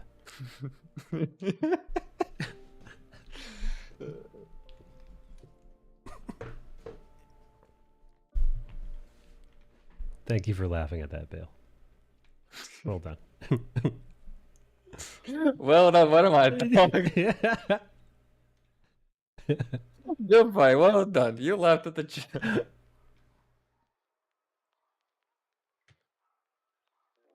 John, let me know if you find it. I didn't make that up. It sounds like a story I made up. And then she drank rat poison. Well, now I'm going to look it up. Chinese influenza. Influencer. That's something else. I just spelled influencer with a Z, just so you know where my head is at. What are you, a Nork? Oh, I'm drawing.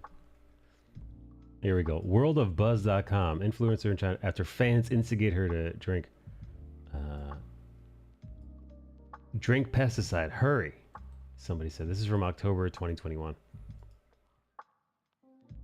She looks a little wonky in this photo. Oh, what the hell. I'll drop it. I'll drop it in Sled Gang, John. And then I'll drop it in the Discord. I'll just put it in the general chat in case anybody's curious.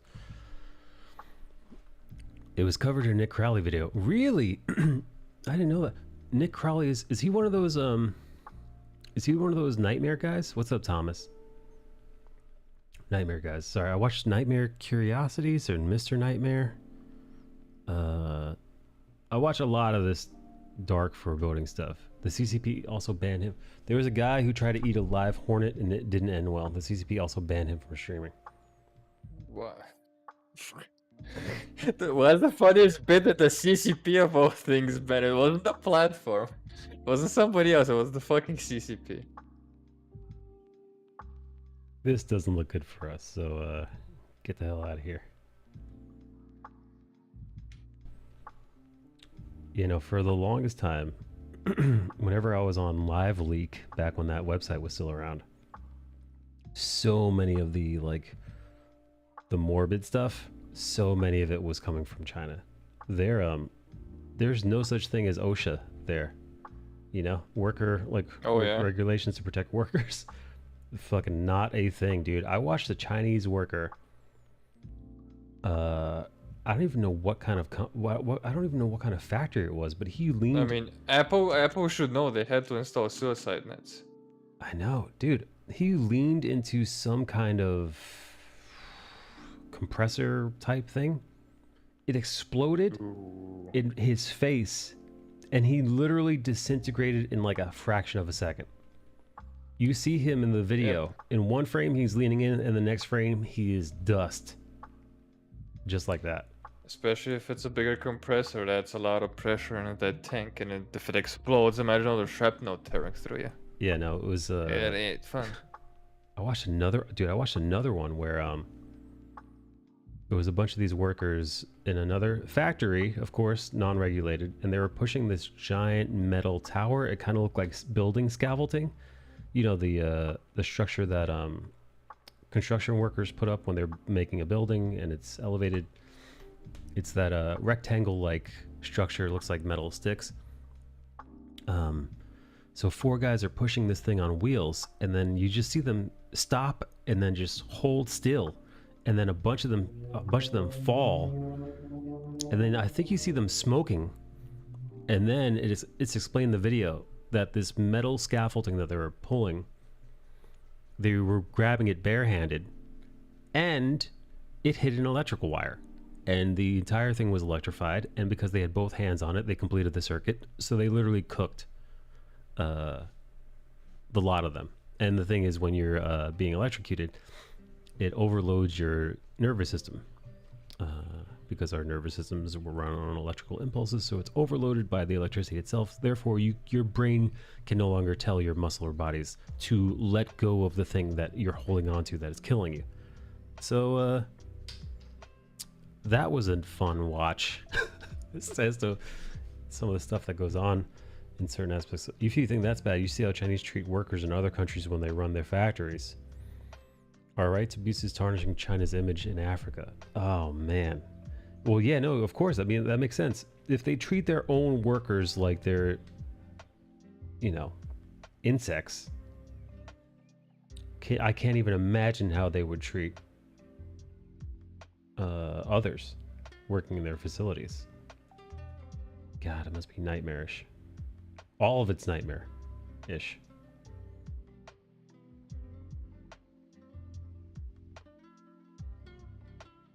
Where are you seeing these? Rubs hands. Well, I told you, man. It was there. I used to watch Live Leak. I used to watch Live Leak the way toddlers watch PBS, Sesame Street, Mr. Rogers. Except I was watching grim endings, and then going right to sleep. Thomas Jesus Salguedo. You're worse than some women. Like, only women can like watch a document, like several Netflix shows on serial killers in parks, and then go for a jog in the park. And you're like, you know what? I'm gonna watch horrid stories or listen to horrid stories right before bed and then sleep like a baby. Yoji says they tied up and whipped people in Africa. Yikes. Meanwhile, in Texas, they're like based China. Based China.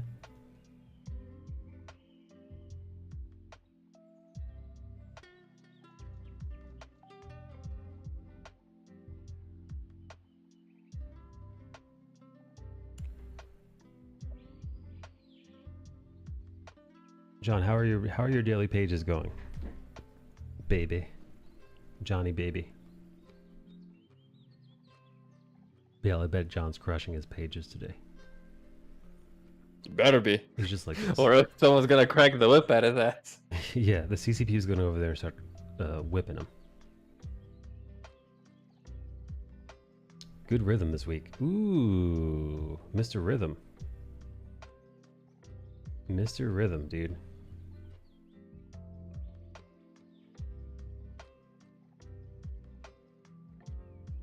It's got more rhythm than Gloria Estefan. That John Moore.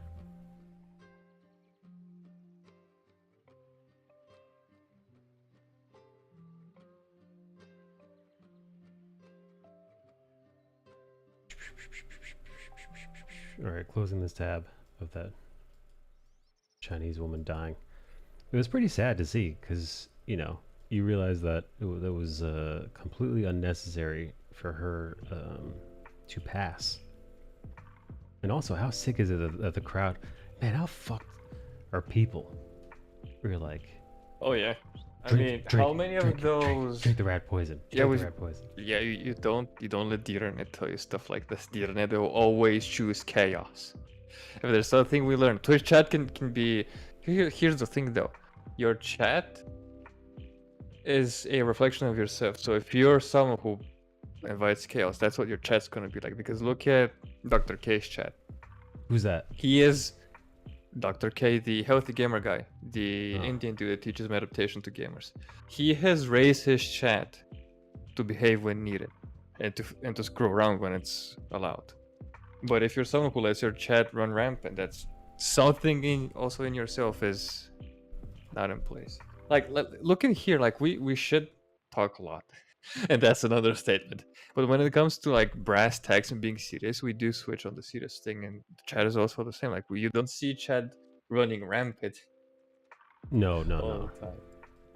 So yeah, you're right. You make the chat. You make the chat that you deserve. Yeah, no. You reap what you sow. So. John Amore and the Filipino Sound Machine. I'm glad Yoji got the fucking Gloria Stefan joke. John Amore is the Filipino sound machine. John Amore could do all the noises like the black guy from Police Academy movies, Yoji.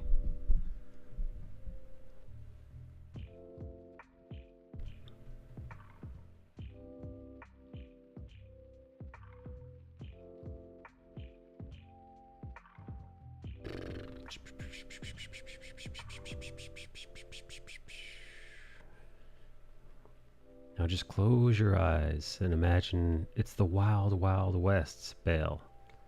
You, a lone gunslinger, you walk into a saloon. Who do you see before you? Right next to the bar, it's a madam. She walks over to you with her plump lips and curly hair. It's John Amore. He's the brothel's madam. Is he cross-dressing?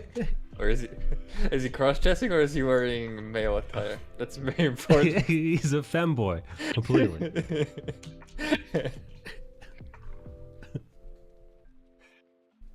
Then I'd be inclined to not react in disgust.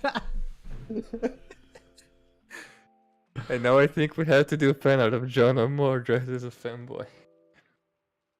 Wild West madam femboy. How dare you? Corset and all. Yeah, no. This drawing is John Amore as that femboy. That's what I'm working on right now. I calmed down the curls a little bit. I don't know what with white hair, especially like the white bangs, but yeah, they always look good. Yeah. It always looks good. I don't know why. Yeah, no, I noticed a lot of gals doing just like the one kind of streak, like rogue almost, but like asymmetrical. It's dope. I dig it. Yeah, it's one of those things that just works. Michael Winslow, thank you, Yoji.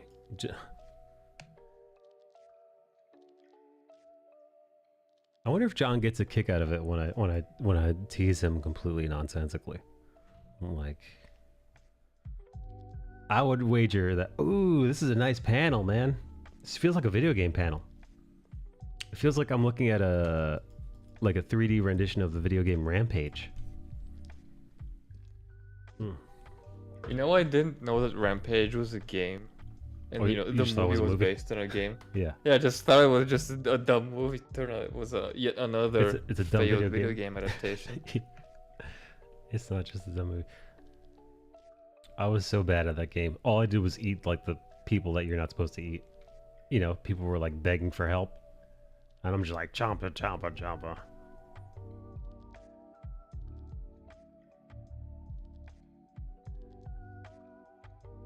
Where's Dave Tran? Dave Tran was in here a little while ago. Is he?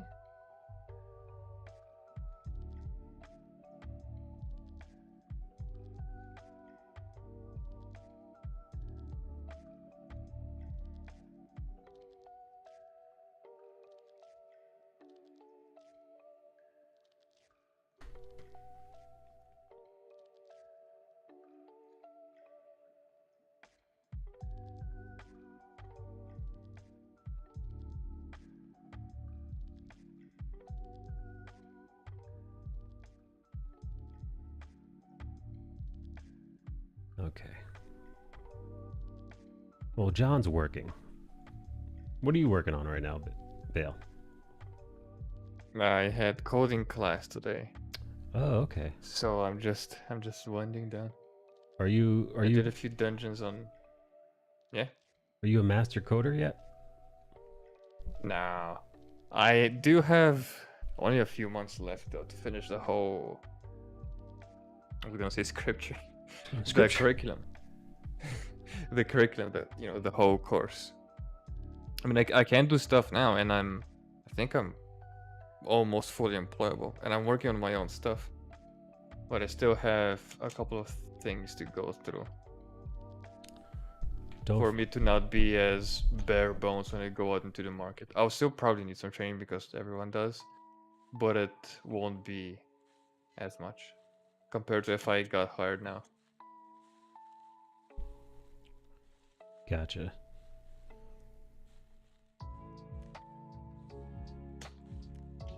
I gotta make sure I find a way to finance the comics I want to make, because colorists are fucking expensive. At least the one I have. Dave Tran. Dave Tran, when are you going to start mentoring me?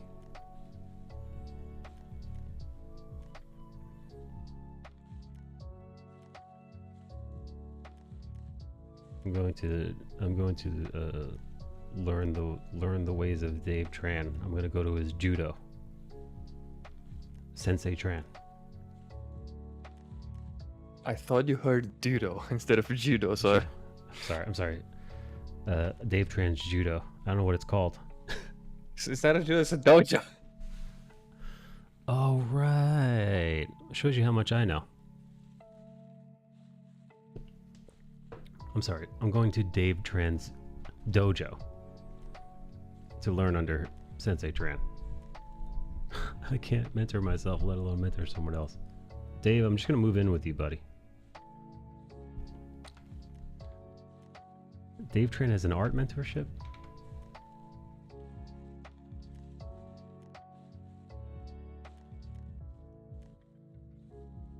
Dave should have an art mentorship.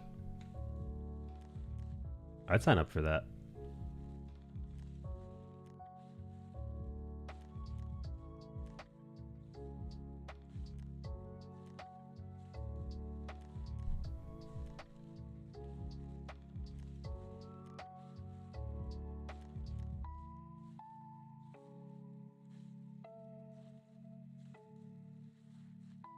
Yes, only $600 a month.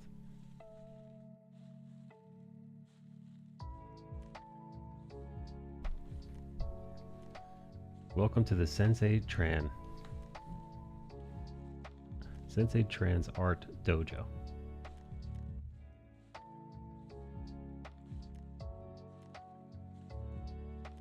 It's a lot cheaper than Comic Artist Bootcamp. What's that? What's Comic Artist Bootcamp? Oh my god, that fucking ripoff. He's going to tell you strike first, strike hard, no mercy.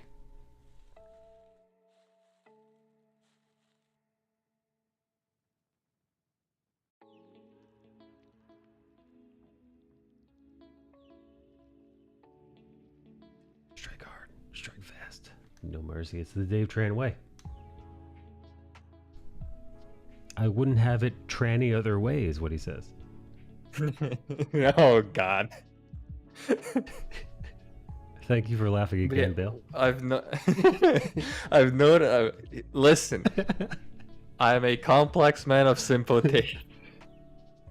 I can be entertained by highbrow thought and debate, and I can also be entertained by dick and fart jokes. That's what makes it fun. That's what makes you a perfect fit here. Comic Artist Bootcamp is something some comic artists are doing. I think it's 3 weeks is $2,000. John says, "What an idiot."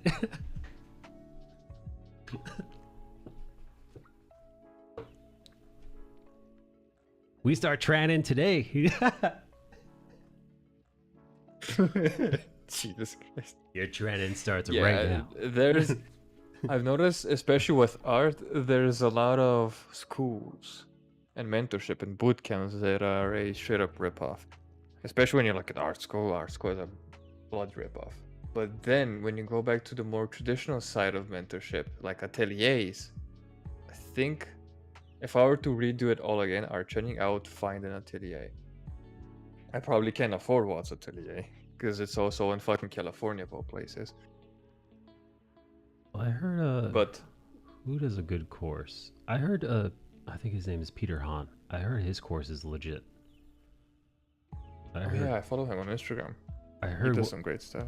I heard what he does is he strips you down. Well, not literally, but he'll say, you know, hey, if you're really, oh come on, 0 out of 10. Take your top off. No, I heard he'll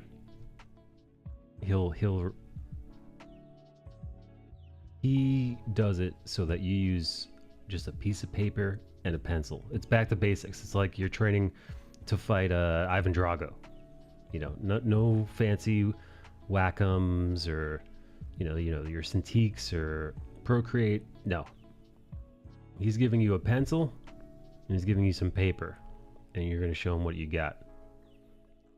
And it's got critiques, and apparently it's one of those programs that I've heard from multiple different people from different areas praise. So people like that don't do the same kind of art talk about his program and how it's legit. Rocky in the barn lifting that wagon style. Exactly. A certain tracer started a GoFundMe asking people to donate $2K for what? They said they so you could go to that to learn that. Help their career and learn stuff. But I thought they were a pro. How does that work? Archum runs an art school, but you have to commit a year.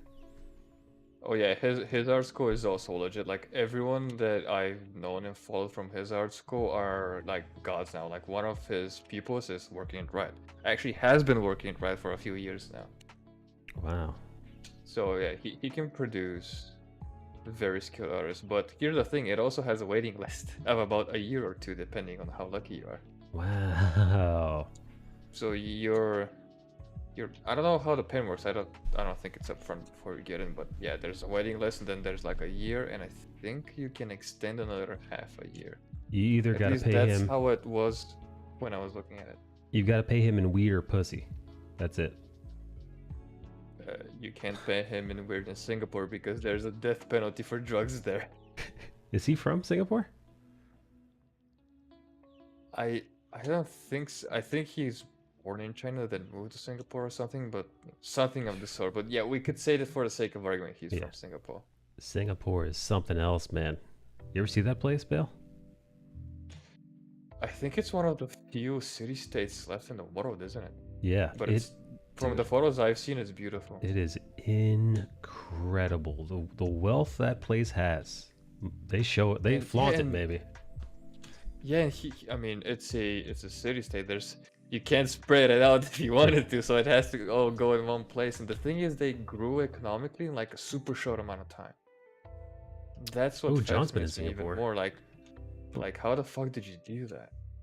Oh man, John went whoring in Singapore. Jeez. Oh yeah, I have a friend. I think I've sent his works to Andy Face. He's been in Singapore, and he's like, oh yeah, if you're white, go to Singapore. They love white cock there. Yeah, that's why John went in whiteface. Yeah, because I was like, hey Andy, I'm thinking of doing art germ school if I get the money. He's like, oh yeah, you're also white, dude. Chicks are gonna love you there. Go. John basically showed up to Singapore looking like cosplay Michael Jackson. Was John doing the? He was moonwalking right into that Singapore coochie. Was John doing reverse Tropic Thunder? What he would do is he would take off his fedora and just throw it at a lady, and whoever it landed, that was his lady for the night. Yeah, you fucking idiot. Yeah, she saw how pale and how transparent his skin was. She went, you know what? I'm taking this, man. I love this. And then he's hit it from the back, and some of the powder's falling off his face and caking up because he's sweating. She turns around, looks at her ass, and there's like white paint on it. Her back, it looks like he threw powdered donuts all over her. Bernard and Sean are banned in Singapore. Are you serious? Why? Art germ is Chinese, what but did lives they in do? Singapore. Singapore is a house of cards. Singapore is a house of cards like Dubai. They attract businesses by not charging them much. Oh, shit. Oh yeah, that's one of the things I looked up. Their taxes, I think they have like a very mild, scalable tax and nothing else. Like it's not, you get taxed for this and then for this and then for that. No, it's just one thing that seemed very reasonable when I was looking at the numbers. I'm like, well, no wonder you guys fucking grew. People are like opening mega businesses there and thriving on not being robbed by the government. It's like if you didn't rob people of their money, they'd do more with it. Oh man. Well, it looks like we're going to Singapore. Bernard drew a book that was considered obscene. Sean drew a pinup in the book. Ooh. Oh no. Oh yeah, they do not have freedom of speech there, I think. Uh-oh. Which is a big issue because I have a big mouth. Which is also part of the reason I'm leaving Spain, because I have a big mouth. And wait, isn't Singapore the place where they cane you? Uh, yes, and also I think lash you, depending on the crime. Oh yes, Ay, there for all its Jesus growth and Christ. splendor, Singapore is not a place for you and me, basically. Dude, imagine getting fucking 'Cause- lashed for drawing pussy in a book. Yeah, some of the things there are very not old school, but very outdated, very backwards. For all the growth and prosperity they have, you'd think that they'd figured it out. Singapore has also few extradition treaties with most countries. Oh, so is Yoshi saying that you could hide out in Singapore without fear of extradition? Somebody write that Oh, down. they don't have it. Okay, so what we're gonna do is we're going to WikiLeaks Electric Boogaloo and then book it to Singapore Yeah, and then study under Archer. hand me the Michael Jackson face paint, baby. We're going in.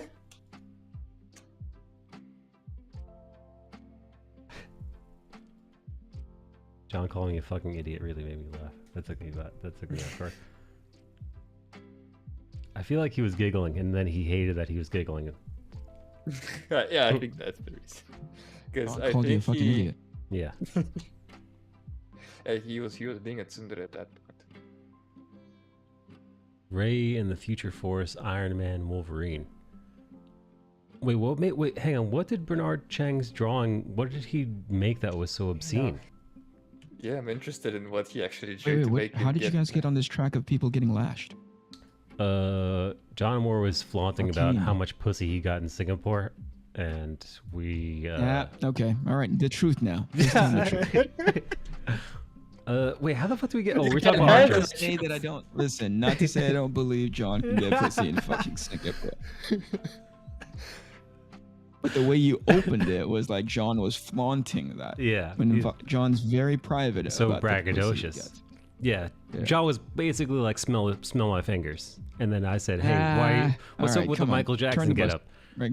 All right. The real reason was we were talking about Archer Yeah. and how he's Chinese born but lives in Singapore, and I said Singapore is one of the most beautiful cities I've ever seen in photos. Mhm. And then John's like, I went to Singapore, and then Yoji was like, Bernard and Sean Chen are banned from Singapore for drawing obscene images. Banned? Mm-hmm. Banned? Yeah. As in they have pictures of them at the airport going like, nope, not these guys. Yeah, like what happens if they show up to Japan? Probably. No, Japan, Singapore. Japan, it'll be okay, I think, Michael. We're talking They about probably Singapore. get yeah. They'll get They thrown probably out of get caned on the spot, right? Aye, Like they're they still just on the start airplane. on the spot. Ooh. Yeah, they immediately start spanking him at the airport. What do they do? What is it like? Are they on a national? They on a national watch list? Like a registry? like their names or something? Yeah. I think it was a Neil Strauss book. Neil Strauss, the pickup artist guy?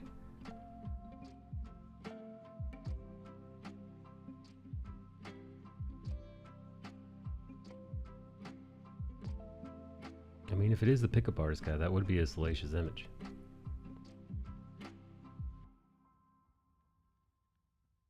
Interestingly enough, Salacious Crust is the name that John used to go by back in his Oh Jesus.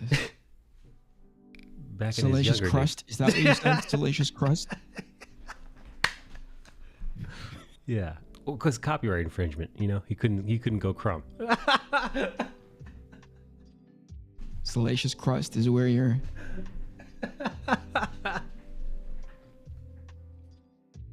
That only works if you know Star Wars. Bill, do you know who Salacious Crumb is? No. Yeah, I'm not a Star Wars nerd. Bill, please look up. Just Google Salacious Crumb laugh. Don't Google salacious crust. That's Don't- something you're gonna get a no. lot of. Different No, you're images. gonna get you're gonna get a lot of photos you don't want to see.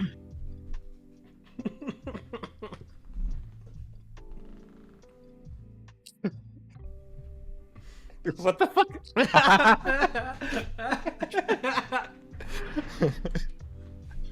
So stupid.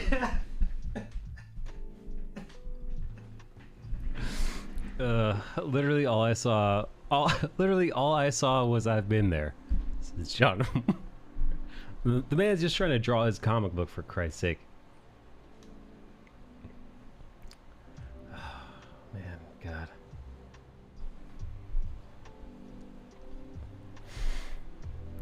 Eric, where'd you go? You went to meetings, various meetings? Meeting. Yep. Excellent. Really important meetings. You know, when you're in a room full of responsible people, it's really obvious how irresponsible you are. Yes. Like organizationally minded people who understand, like, they play the next 5 moves in their own heads of like, how is it going to impact? How is this going to reverberate? How are people going to react to this? And they know how to plan against it or for it. It's not against it, but like for it. And you're like, wow, these are a lot of smart people. Yeah, I always chalked you up to one of those forward thinkers. That's very kind, but I also imagine the kind of respect that you're extending me because of that trait. Imagine somebody who's 5x, 10x. Yikes. Those are the people that you like, and I say this almost 100% seriously, but not by much. Those are the kinds of people that Marvel Comics is missing. No, I mean, listen. That modern comics is missing, to be like, Jesus Christ, you guys can't think on this level. Well, you know why? Because you guys can't afford people. I was going to say, you work for a very successful industry, and success begets successful people, you know? People who are great at what they do climb to industries that, you know, will garner money, notoriety. Yeah. I mean, why would you? People who can strategize. Yeah. People who can strategize, you know, 5 years ahead, but know how to course correct within the first year, within the second year.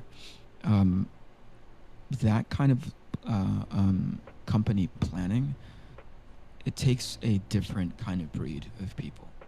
And it's not just managerial, it's not just administrative. It takes into account creative. Oh. So I've been in a handful of rooms where I ask questions where I'm like, coming from a creative perspective, you know? Yeah. And immediately, and I love this answer, right? And it's super humbling and it's super sobering all at the same time. They go, that's why you're in the room, Eric. You solve that. Right? That level of like trust, you know, is amazing. Yeah. Because they go like, you're not in this room because you're an idiot. You're in this room because you know what you're doing. We trust you to, help us with that course correction because there's only so much of the ship we can keep an eye on, right? If it's a massive steamliner, there's only so much that I can do from the front end of it. I had to be able to call back to you and say like, what's going on over there? Yeah. That's, I mean, but even that, right? Even that managerial delegation. I mean, that comes from, people who choose the right people to run things are able to entrust their decision. But for sure. But you have to vet for that. Exactly. You know, you don't do it based willy-nilly. I'm like, well, we kind of have, right. You know. But that's what I mean, right? We kind of know the secret handshake. You're like, yeah, that guy's a freaking amazing artist, but we should never put them at the front end of any organizational stuff without support, you know? Because we're just setting them up to fail. So there's some things in there where you go like, where did that particular company go wrong? And you go like, at the end of it, it's because it's not making enough money to hire the kind of people to do this correctly. So they do what they can, and there it is. It didn't take 2 years for it to get to where it is. It took 10 years. It took 15 to 20 years. And you go like, oh, so here you are now, and because you didn't invest in it. Because you understood, like it's the pains of the company, the things that we're seeing now and able to highlight, to be like, oh, Marvel isn't doing this, Marvel isn't doing that, oh, it's doing this poorly, it's strategizing, or its execution looks really piss poor and underwhelming, right? That didn't happen yesterday. No. That took 15 years culturally. Let's say conservatively, it took 10 years culturally, internally within that company to get to where it is now. By not hiring the right people. Right. No, you're right. Because it could have been doing everything that it's been doing the past 3 years and had been significantly more successful than what it's doing now. But because you put dum-dums at the front end of it, and then those dum-dums hired more dum-dums, right? Right. That's how you get a bad culture. I mean, I think the analogy at this point is the engine room is on fire and the ship is taking in water and it seems like it's capsizing. The iceberg was hit long ago. Yep. Yep. And it wasn't even hit majorly. It was like negligible. You know, like, oh, it's taking on water right now. We don't have to deal with it right now. Like, yeah, but 10 years from now, this could capsize the boat. Mm-hmm. You know? Yeah. But that's a 10 years from now problem. And you're like, oh yeah, you don't get to be there. You shouldn't be at the front end of leadership. And that's what I mean. Some people go like, oh, leadership means like the current people that are in charge. I'm like, no. Well, yes, but also no. I'm not just blaming current leadership. Completely unqualified, completely unvetted, not very good at their jobs. I'm also thinking about like the people that hired them and why there was no course correction to be like, that guy's no good. Yeah, where was the... And if you start asking those questions, you go like, why are they hiring these kinds of personnel? Oh, because you can't afford anybody else. Right. Because you can't run an organization on passion alone. I mean, you can, but you'll start feeling the effects of it 10 years down the line. And here we are. All right, hang on. I got to take a quick pee break. I will return shortly. Bale. Don't go make pancakes or anything because I can't do anything with the show. No. Bale? Where'd Bale go? Bale, where are you? Bale heard organizational and he just like passed out. I think he fell on his microphone and hit the mute button. Oh yeah, you hit the mute button. Yeah, you know what? I'll hang out until he gets back. I need you to hold it. It's not that bad. I need you to hold it pretty hard. He's probably shitting right now. Which is what you were about to do. No, Live stream by a Chinese influencer came to a tragic end when she died after drinking a bottle of pesticide after being egged on by viewers. Isn't that dark? Yeesh. Right? Viewers egged her on and they threw money at her and they said like, drink this fucking pesticide. I think they Chinese person. She was already suffering from mental health stuff, and a fair amount of it was in part due to the way she was being treated by her community, and it was very much in that sense. You're worthless, you're ugly. Her community was telling her that she's worthless and she's ugly. Yeah. And in order to like gain them back, she drank pesticide? I don't know what. I think she clearly wasn't in the right mental state. She wasn't thinking clearly. Yeah. And yeah. This is a cartoon answer, but shouldn't like everybody who's like after a certain amount of followers, should they have to take like an annual mental health test to continue using it? I mean, honestly. Well, I mean, you know what? You're being facetious, but my God, man. I mean, that doesn't sound like a bad idea. Beneficial in as far as like, what kind of dominant or sub are you? Those little quizzes that you take, like, are you 80% like a sub or 90% like a whatever the fuck that is that you take, Yeah. Shouldn't you also do that? Like social media, just to check in on your health, to be like, yeah, we're gonna ramp this down, because you clearly are not passing a certain percentage for you to continue to be on our platform. Yeah, you are not in your right mind to be here. Yeah, you should minimize your contact to this awful tool that is social media. Is it fair to ask Eric what the next steps for Arc 3 is? Yes, that is absolutely fair. I think you should know. So here's where I am in as far as like releasing them is concerned, right?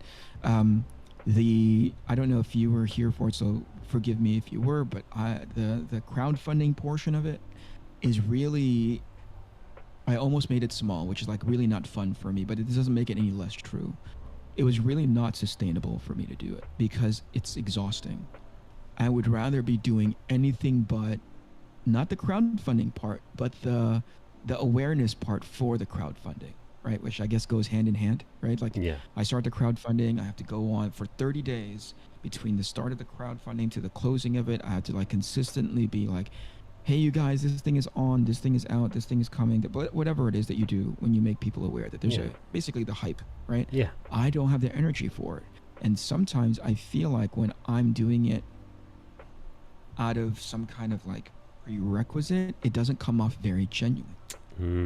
So I would rather not do a disservice, not just to myself, but obviously the people, you included, Mike, when you guys are doing your very best to hold up your end of like how to make this machine go, and I'm at the front end representing you if I'm not doing it in full earnest. So instead, I go like, I'm not going to crowdfund anymore. I'm just going to pay for the books outright and release them all. Either as all 4 remaining books out of the 6-issue miniseries, or 1 book at a time. So that is, in a long-winded way, that is what I'm going to do. Is like do book 3, release it on the website, either through Iconic or mine, or both, right? Make all the little early adopter premiums available to those people. So whether it be like a print, whether it be like a pin, whether it be like a postcard, whatever it is, right? Make it available in the first 48, 72 hours, what have you. And then thereafter, take them off site, so you won't be able to add them to your purchase, or you won't be able to add them as a bonus. And just do that over and over again until all 4 of them are out. Now, the difference is like it's going to be evergreen. It's not as if the books are ever going to be pulled off and then I'm going to transfer all of that onto a website. It's just going to live on the website. Does that make sense? Makes sense to me. Rogers, Yeah. does that make sense? I'm just taking the crowdfunding component off the table and just saying, hey, the books are available.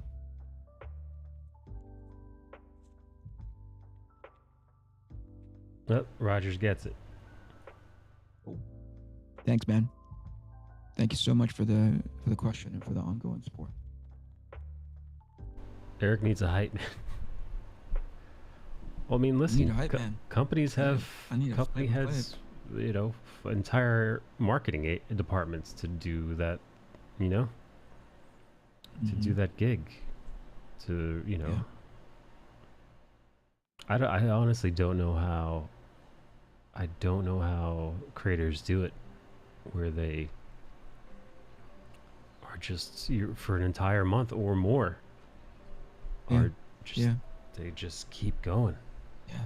Some people do 60-day campaigns, and I'm like, holy mackerel, your life, a good portion of it, and I can't say in part because I've seen their performance. I'm like, wow, you are on for 60 days, as much as you can for 60 days, and you are doing everything that you can to, I don't know what their metrics are. I don't know if they're doing, if I can get 2 person a day, or, you know, or whatever it is, you know, like the big hype, the big push comes at the beginning, at the end, but between that and the, you know, 58 days in between, I don't know what you're trying to get. You know, each person is going to have it different, but I did not have the energy to even think about it, much less go and do it successfully. And rather than deal with that, just be like, it's okay. I'll just release them as in a storefront capacity as opposed to a crowdfunding one. Bill should be the hype man. He'll laugh at anything. How dare you? Best way to stay up to date is the mail list. That's it. Yep. And obviously, if and when I can, just like, so a couple of things. Like, I know that as a hype component, as awareness component tool, YouTube is a great way to go. In most cases, people do like live streams, right? They talk to people. They what do they do? All the things that come along with that. They stream live on a regular basis every week. So you build your community that way, right? Yeah. And I've always had this weird, I can't do it well. I can't maintain that community well. However, what I can do is leverage the awareness for the characters within the book. So between now and the time that I make book 3, book 4, and book whatever, all through book 6 available, I can start doing videos again, wholly focusing on the characters of the book, right? Because I think that's one of the key things that people are just genuinely unaware of. Like, I could talk about the X-Men all day, talk about Wolverine, Colossus, Kitty Pryde, blah, blah, blah. People are like, oh, I kind of know what those are. I don't think people are aware of my characters all that much. So rather than doing a live stream focusing on what we're doing right now, talking about Game of Thrones, talking about like whatever the fuck, right? Focusing on the book. Hey, here's a panel and I want to talk about this panel. Here's a character. I want to talk about this character. Here's the cover. process. I don't want to talk about the cover process. Just really make it Arc Athena centric. So that's what I'm going to do. Love it. Yep. And I have enough material, like time-lapse material, to make that happen. It's just a matter of like sitting down and doing them. And right now, as you and I talk, I am working on the last double-page spread of book 4, or excuse me, book 6. Book 6. So yeah, that's it. I'm going to be done. Oh wow, nice. I mean, that's incredible. Yep. So that time frees up. The time that I'd spend typically sitting at a desk or wherever working on pages, that time is now available to me. Now I can start producing those, even if it's just 2 minutes, 3 minutes at a time. That ain't nothing. Perfect. Okay, listen. I know you wanted to go to the bathroom a long time ago and literally bailed, but I gotta get off the phone and get on a phone call. So Yeah, no, go for it. Sorry, man. You're gonna have to squeeze it. I'm squeezing it right now. All right. I'll talk to you in a bit. Bye. Later, buddy. Now it's just me. It's just you and me, the way it was always meant to be. And I did not intend for that to rhyme. Start a timer.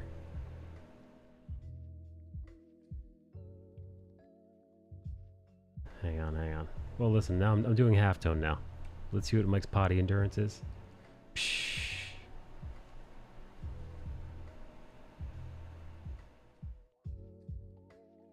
Potty endurance.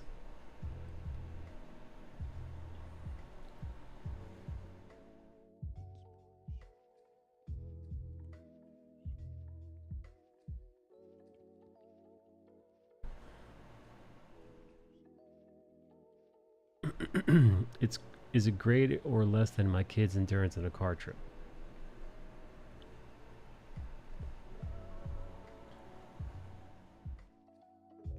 Well, you know what it is. I think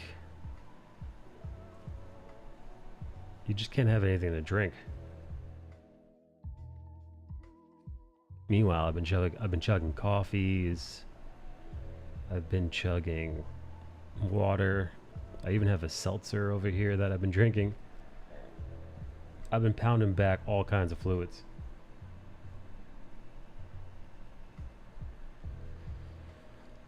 Not great. Alright, what are we doing here? La la la la.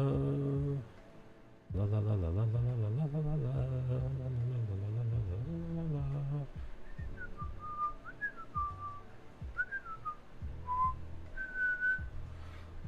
Bum bum bum bum. All right. Hey, are any of you guys gonna go watch that movie, the Whale, the next Aronofsky film? Any interest? I've heard nothing but good reviews so far, but you never know, man, with fucking critics and Hollywood and the way they have their heads up each other's assholes. You know, a movie could be just, sometimes the most pretentious movies win, almost by default, as if they're judging on who could be the most fucking pretentious in their films. Mike, you start UA5 yet? No, I'm waiting for a few to collect. How many are you at? Are you at 3 released? Alright, fuck it. I'll go to pee, man. I'm not gonna bang up my bladder. Alright.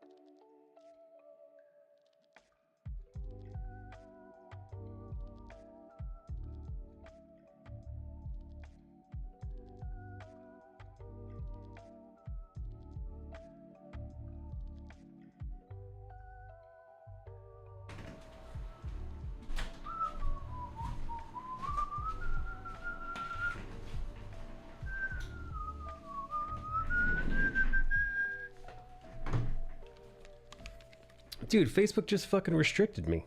I just got hit with a fucking Facebook community guidelines violation for a meme. By the way, I haven't shared any raunchy memes. This one was about violence, and I thought, what the hell? So I looked at the meme, and the meme was this. The meme was somebody at a casino, and somebody's like, "Yo, I don't know how you lose hundreds of dollars at a casino. I just lost $5, and I want to blow this whole place up." That's literally the. That's literally Facebook saw that and was like, "This is violence." So I just disputed the ban, cause come on, what the fuck.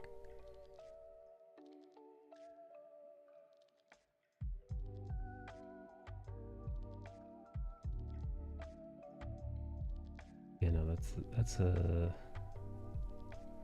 I get the sex stuff, and I get like anything revolving like joking about self-harm or anything like that.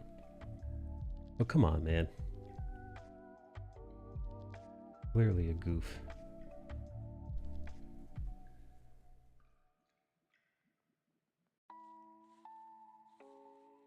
Fucking algorithms, man. I'm out of here I'm just trying to make some jokes, or at least share the jokes.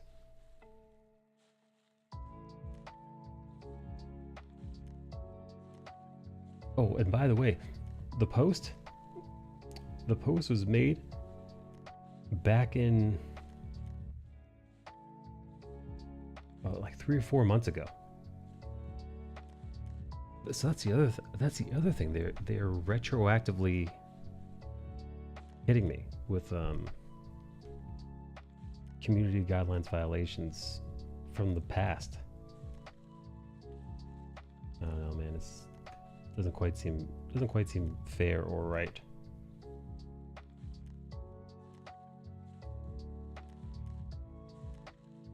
The other thing that absolutely sucks, the other thing that sucks about that is, depending on who looks at the who reviews the appeal that I've made, will completely depend on how much trouble I get in.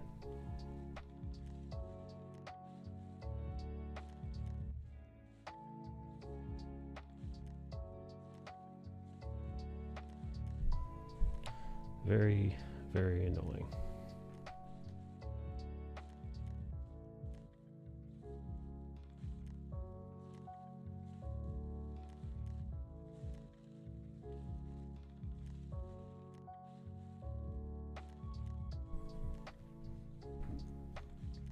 All right, listen.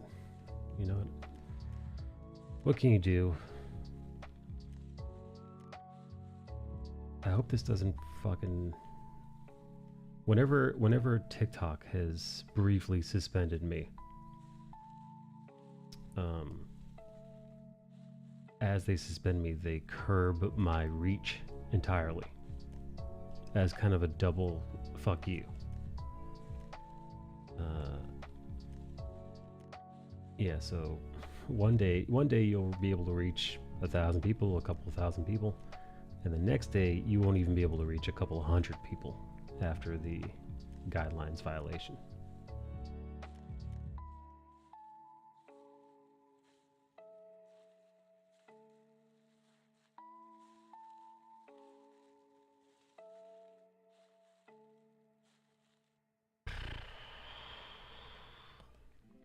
Am I being unreasonable, Rogers?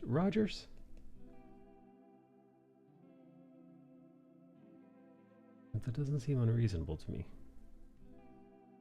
And also, what the fuck with the retroactive banning to boot? You shared this post to our platform 2 years ago. We find it uncouth now. You're in violation. It's like saying, hey, you broke a law that wasn't a law 3 years ago, but it is now, and we caught you doing it, so get to jail. Like, hold on. Nobody can even see this anymore. No, that does not seem unreasonable. They should at least give a warning and option to take it down, right? Well, that's the other thing. There's nothing to take down. It was a story. Maybe somebody reported you. They would have had to report me. They would have had to report me months ago. I mean, they might have. I'm not putting it past anybody. That could be the case.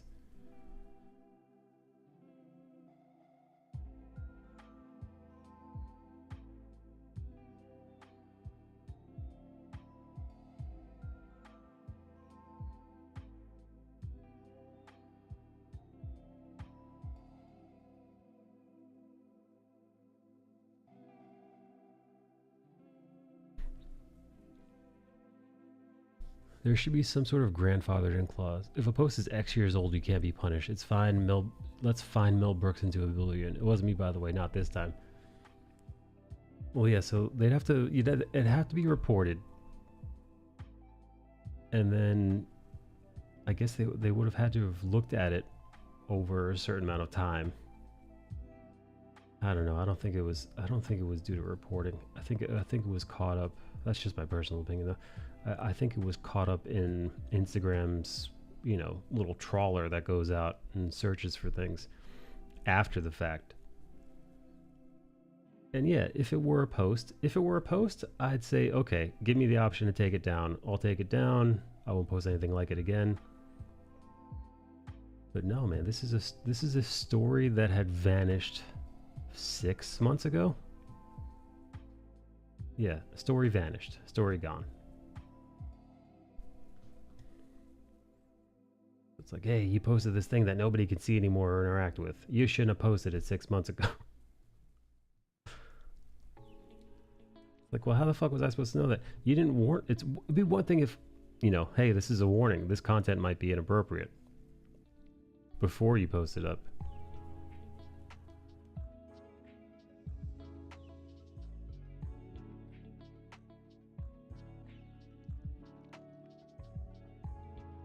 Seems like an impossible ask considering we can't predict the societal norms of the future.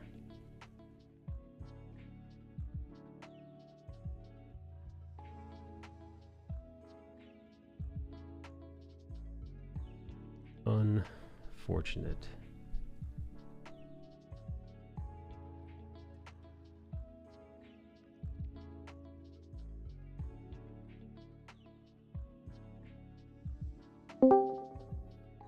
Hey, Bill, what's up? Okay, doing my 8 panels for the day.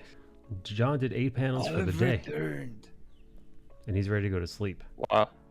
8 panels? That's like 1.5 modern comic book page.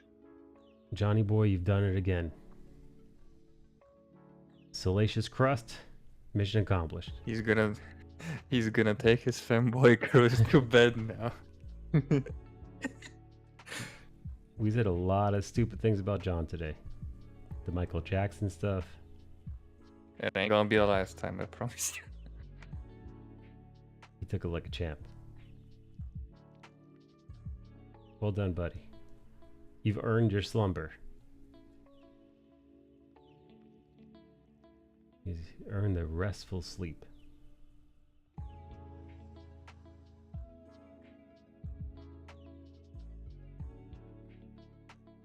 Or they should be a warning deleting it themselves. They own the platform and would have the mechanisms to do so.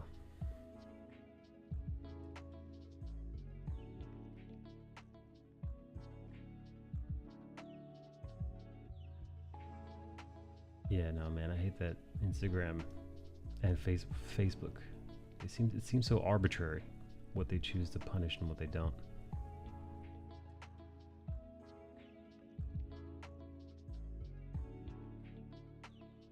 Bullshit.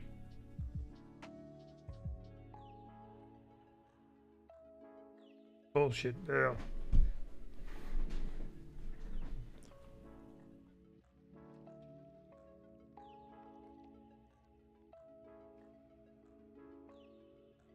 I like how you've been slowly doing more and more lewd pieces on stream. Yeah, that's me, Mr. Lewd. Or a little bit more provocative. I really get the idea to do the whole corset thing. I don't know. You know what? I wanted to cover her up a bit, but not much. And I feel like that was a happy medium. You get to show off her figure, but still keep things within terms of service. I would go full topless if I could, you know, get away with drawing that and not get penalized for it. You can always draw a bride in a bikini or in lingerie again. Yeah, I think I've shown you quite a few pieces done on Twitch that are like very lewd and suggestive and provocative, and they did not get the ban hammer. Really? Yeah, if you scroll back far to their DMs. I don't hang out on Twitch, so I can't. Let me actually check out, see if any of the lewd artists I follow on Twitch are actually. Well, there was the dude. Was it Seiji? Seijin? Seijin.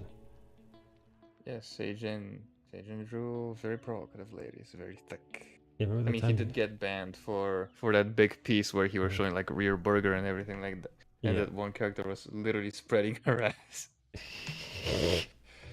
Yeah, there's only so much. And he knew that was gonna happen, but there are others that are drawing very. Why is this bitch streaming Final Fantasy 14 in the other channel? Anyway. Why are a lot of people streaming Final Fantasy 14 in the art channel? Let me scroll through the art channel and see if someone's showing anything lewd. Oh, there's a girl with the camera on her cleavage.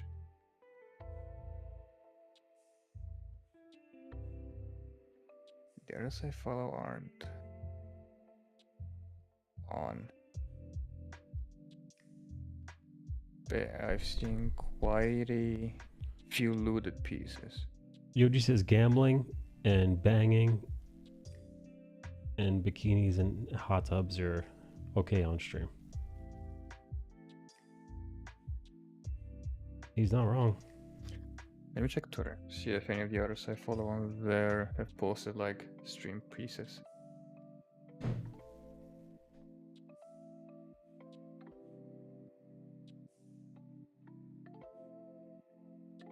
What was that one guy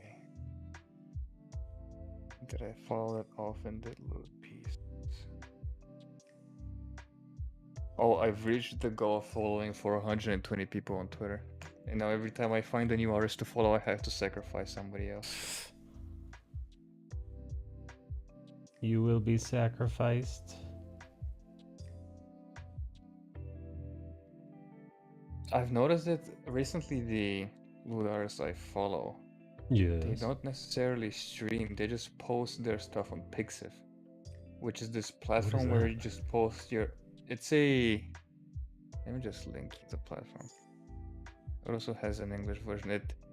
It's sort of like Twitter, but also has built-in commissions. As in, you can post your work through the platform. Somebody can commission. Let me check my email. I'm actually registered on one of those platforms. Let me just see which email I used, because it's very convenient. It's like, hey, here's all my loot shit. And someone goes, ooh, I'd like to draw some of my loot shit. As she says, Instagram 2.0. This is not this. No, it is not this email. It must be my other one. I think so. Oh yeah, because if it's... I think you can also log in through Twitter by using it.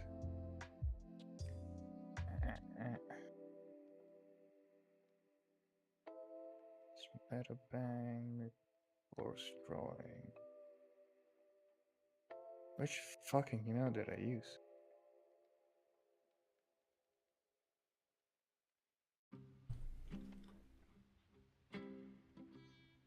It's not Pixiv then, it's probably one of the other ones. But no. Can't be any of the other ones.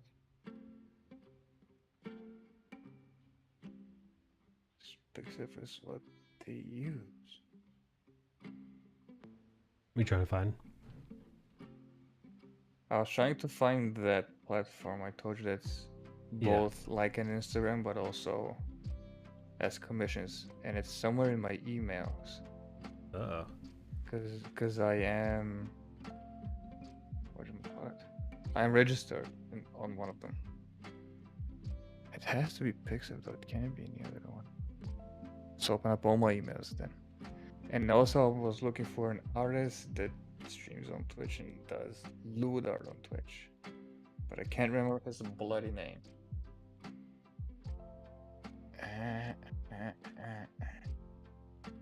It's not Wallout.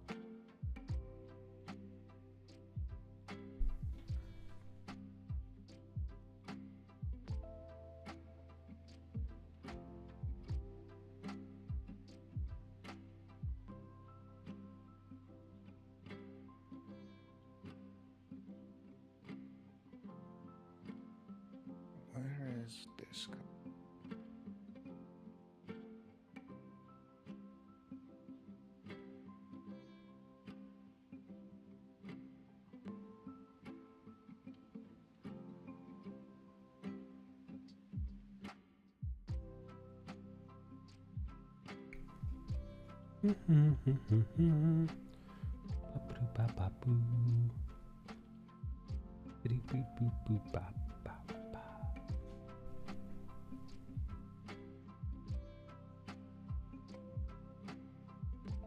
Oh, someone I cannot follow. Do you make your own paper texture, or is there a high-res spot you download from? I downloaded a paper texture like 3 or 4 years ago, and I used it on Photoshop, and I liked it so much I brought it with me over to Procreate. And it was so long ago I don't even remember. I know I liked that one, so this is me using it, and it's I love the way it looks. You're not here for the orgy? What is this? Hey, Maddie Cakes. Earthbound is here. What's up, hot buns? What's up, my hot crust buns? What's cooking, babies? Hey, Rudy's here. What's good, buddy? Hey, what's good, buddy? Yeah, what? You're just doing what now? I just ended, so I figured. I don't know what time you're going to, probably 4, but Yeah. Yep. I keep my buns hot for you, Mikey. Thank you, thank you, thank you. Who knew they had buns in Holland? special Netherlands buns. Earthbound doesn't like it when you refer to the entire Netherlands as Holland. It's too pretentious, because Holland doesn't like a lot of things. Well, He does like those cool American chips, though. what kind of chips? Dude, they call Doritos Cool Ranch Cool Americans. No, they fucking don't. Really? Yeah, it's awesome. What the fuck? I'm not feeling like a cool American right now. No, Because you don't have your camera on. it's because I don't have my Cool Ranch Doritos on me. Oh, Cole, remember that I told you that one of our gym students has been at RAD for a few years? He is an art lead now. Holy shit. He is an art lead on League of Runeterra. So yeah, our gym can produce people. Very good people. Well, now I want to become an art lead.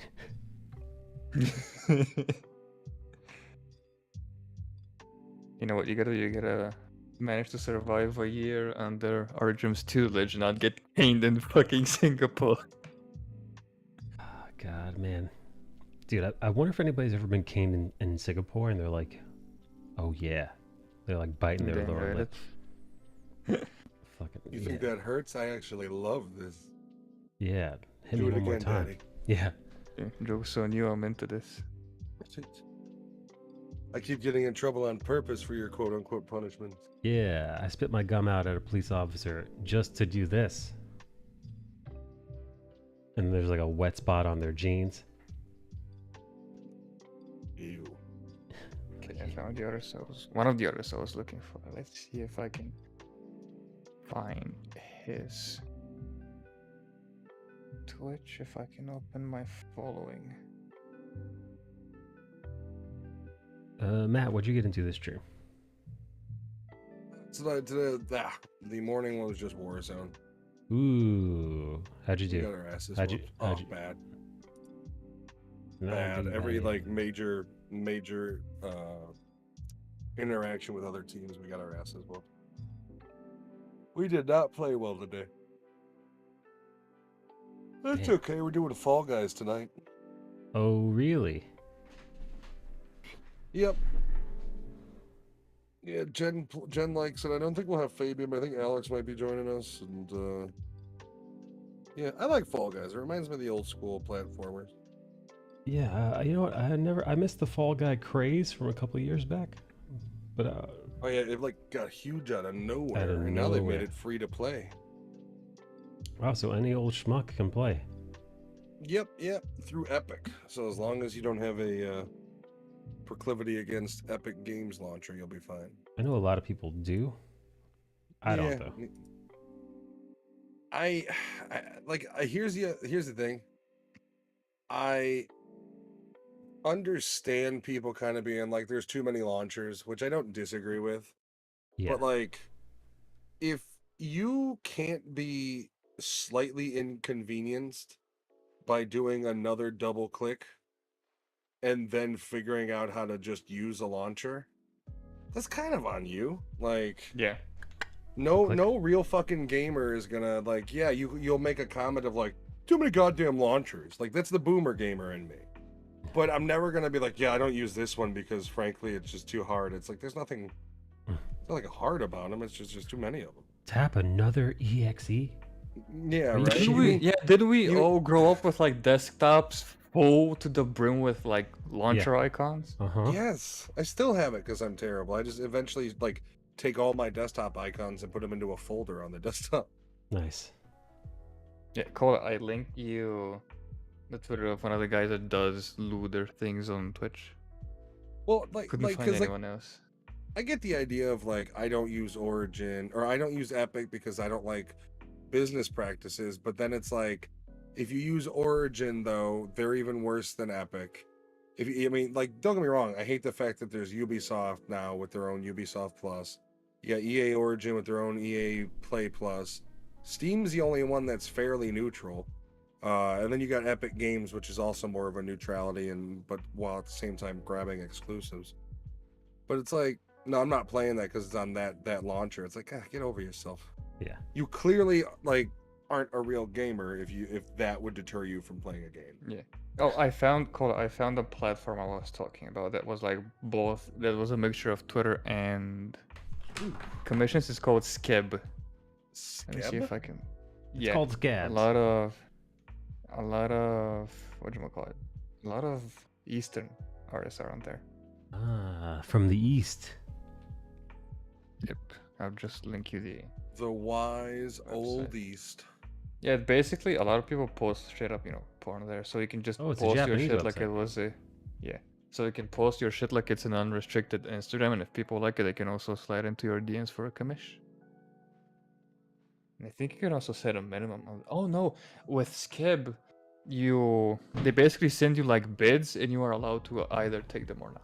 So if somebody sends you a bid for like $150 for like 3 character commission, you're like, that's not it, dude. It's too little. Scabs. Oh yeah, it's all I mean, manga anime, but yeah, There is a link that says how to use it in English. I mean, just because it's mostly manga and anime, that's the Eastern style, doesn't mean that you English can't guide. How find to an use, audience there. How to use Skeb for you Engos. Quick guide how to use Skeb. Here's a quick guide about Skeb. What is Skeb? Skeb is the Japanese commission platform that you can request arts with a relatively low cost across language barriers by the automated translation. You do not need a Japanese bank account to request art. Japanese Skeb is very different from Western commissions. Its most important concept is the communication less, and that creators can easily draw and quickly in exchange for low costs. All communications are prohibited except in the text of requests.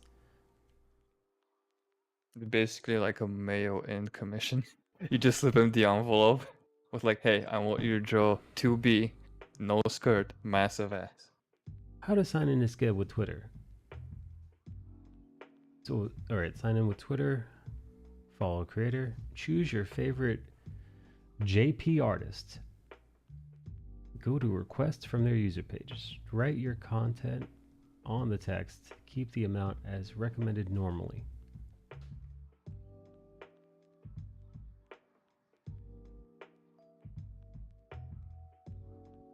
Oh wow, they actually give you an example of a tweet. Yeah, I looked at some artists that are on Skeb, and the kind of artwork you could get for the equivalent of more or less $150 is fucking insane. I mean, they can still reject it because they said their minimum, but they can still reject it. But if you can get something awesome for like $150 that you could later use as design for your book or whatever, Yeah. or just a great piece to print, it's fucking great, man. All right, we're learning a lot about Skeb today. Damn, Matt, are you eating right now? Am I eating? Yeah. No. You don't eat after, dude. I feel like I start the second the stream is done. It's food time. I mean, yeah, you've used up energy you haven't eaten since you started, yeah, and you stream for like 3 or 4 hours, so that's. I've been going since 6 this morning, and I haven't Holy eaten shit all day. It's cheese time. It's shredded cheese time. Yeah, I gotta get the wife here around the same time you do. I had to take her mom out to the doctor today, so. Do you guys go get your wives together holding hands? Like That'd you're be in grade nice. school? I would, Sure, let's do it. if we were close enough. Let's do it. There's nothing wrong with two guys holding their hands and kissing and looking each other in the eyes deeply. Yeah, so long as one of us dresses As they wait for their wives. Mm-hmm. Totally normal heterosexual friend behavior. Yeah. Also, I'm gonna be dressed up as Michael Jackson, John Moore style. And I'll be dressed Are you- up as Oh, Corey you're Feldman. No, You're no, preparing for Singapore. no, you're dressed up as Bubbles. I'm dressed up as Jackson. Oh, Bubbles the dolphin? Bubbles the chimpanzee. Oh, that's right. Was that what its name was? Wonder how many times that chimpanzee got fucked. Alexa, who's Bubbles the chimp? According to I was thinking- Wikipedia, Bubbles is a chimpanzee once kept as a pet by the American singer Michael Jackson, who bought him from Right a to the Texas point. research facility in the 1980s. Bubbles frequently traveled with Jackson, drawing attention in the media. In 1987, during the Bad World Tour, Bubbles and Jackson drank tea with the mayor of Osaka, Japan. Thank you. The mayor of Osaka, Jesus You are Christ. so very Yeah, but- welcome. Hope your You are Tuesday so is going very well. welcome. All right, yo, Dude, Bubbles. it sounds like your Alexa's in love with you. She wants to fuck me for sure. Yeah. Wow. Maybe ask her. Wow. So Bubbles had a threesome with the Japanese mayor and Michael Jackson. That's awesome. Bubbles is a badass. Wow, Bubbles fucked. All right. Bubbles is like, you bring the face and I'll bring the propofol. I'll Get it? bring my monkey balls to your mouth, Corey Feldman, is what the monkey said. Oh, God. Nah, dude, nah. Michael never touched me, man. He was really good to me. I went on the roller coaster. Yeah, just the chimpanzee. It's like, tell us about Come Bubbles. see me perform live with my angels, man. Oh, man. I'm How's telling you, if you really want a good time, look up Corey Feldman's Comeback Kid. No, thank you. I don't want that good it's a time. cringe. It's DEF CON level cringe. You watch it, you just start screaming. Yeah. You just like, somebody either needs to kill him or find God for him, because something's going wrong in this young man's life. Bubbles was Michael Jackson's chimp. See, Yoji loves Bubbles. Yoji was part of the Bubbles fan club. He was part of Bubbles Nation. Yoji knows a lot Yeah, about I chimps. clearly was not. Bubbles. Dude, apparently Bubbles. I gotta bring my chimpanzee Bubba. Apparently Bubbles lost his fucking mind because chimps aren't like, he was a baby chimp when Michael was bringing him around, but he got chimps get old, and they're not nice. They're surly, evil fucks. Oh no, they are absolutely terrible. Yeah, they are vicious. Orangutans too, man. Yeah, no, they rip each other's hands and dicks off, and they actively murder each other. Murder. Uh, Are we any different as a people? no, but I mean, we share a lot of our DNA with them, so it makes sense. That is true. Uh, yeah. So what happens is Michael's still alive, and Bubbles is getting on in age, and he starts getting nasty. And it got to the point where You people... gotta hop off. Raid time. All right, later, buddy. It got to the point where Jackson would have people come over to his place, Neverland Ranch, and they'd want to see Bubbles. And he'd be like, no, don't talk to Bubbles, don't go near Bubbles. He'd be warning them to keep the fuck away. Be careful, because he'll rip your fucking hands off. We already lost 2 maids that way. Yeah. No, he's real nasty now. Don't go near him. He's such a sweet little boy, unless you look him right in the eye, and in that case, he'll fucking kill you. Well, don't you remember that woman who fucking lost all of her face to that chimp? Yep. You ever see her face after the fact? It's a fucking, it's nightmarish, man. That chimp just decided to fucking go ape shit, and she was done. Wah, and wah. like before that, it was apparently like she raised it and everything and lived with it, but yeah. Well, he was on Xanax and wine. He was on Xanax and fucking wine coolers, and because his wife, it was a Freudian slip, but a real slip. His wife, I keep saying Monkey's wife. He wasn't married to her legally. She had owned him since he was a baby chimp, and her husband died of cancer, I think. So she started treating the monkey like it was her husband. The monkey slept in the bed. The monkey and her watched TV and drank wine. The monkey started getting aggressive because they're fucking chimpanzees and they're wild animals. They're not people. yeah, they're not husbands. Yeah, and then when the monkey started getting aggressive, she thought it would be a good idea to give it Xanax. So here you've got this pilled up drunk monkey who's just aggro as fuck, running around the house in his diaper. And yeah, the neighbor next door grabs like his favorite doll, and he's just like, all right, fuck this. It's fucking, we're done. No, that was a woman. Yeah. It was. But wasn't the whole thing? It was the woman who owned the chimp. Was she the one that got attacked, or was it her best friend? No, it was her best friend. It was like the neighbor. Yeah, that's right. Yeah, she came over and it just went off on her. Yeah, she was trying to calm him down, so she picked up one of its stuffed animals to like give to him or like, chill him out. And the second she put her hands on his shit, that was a wrap, baby.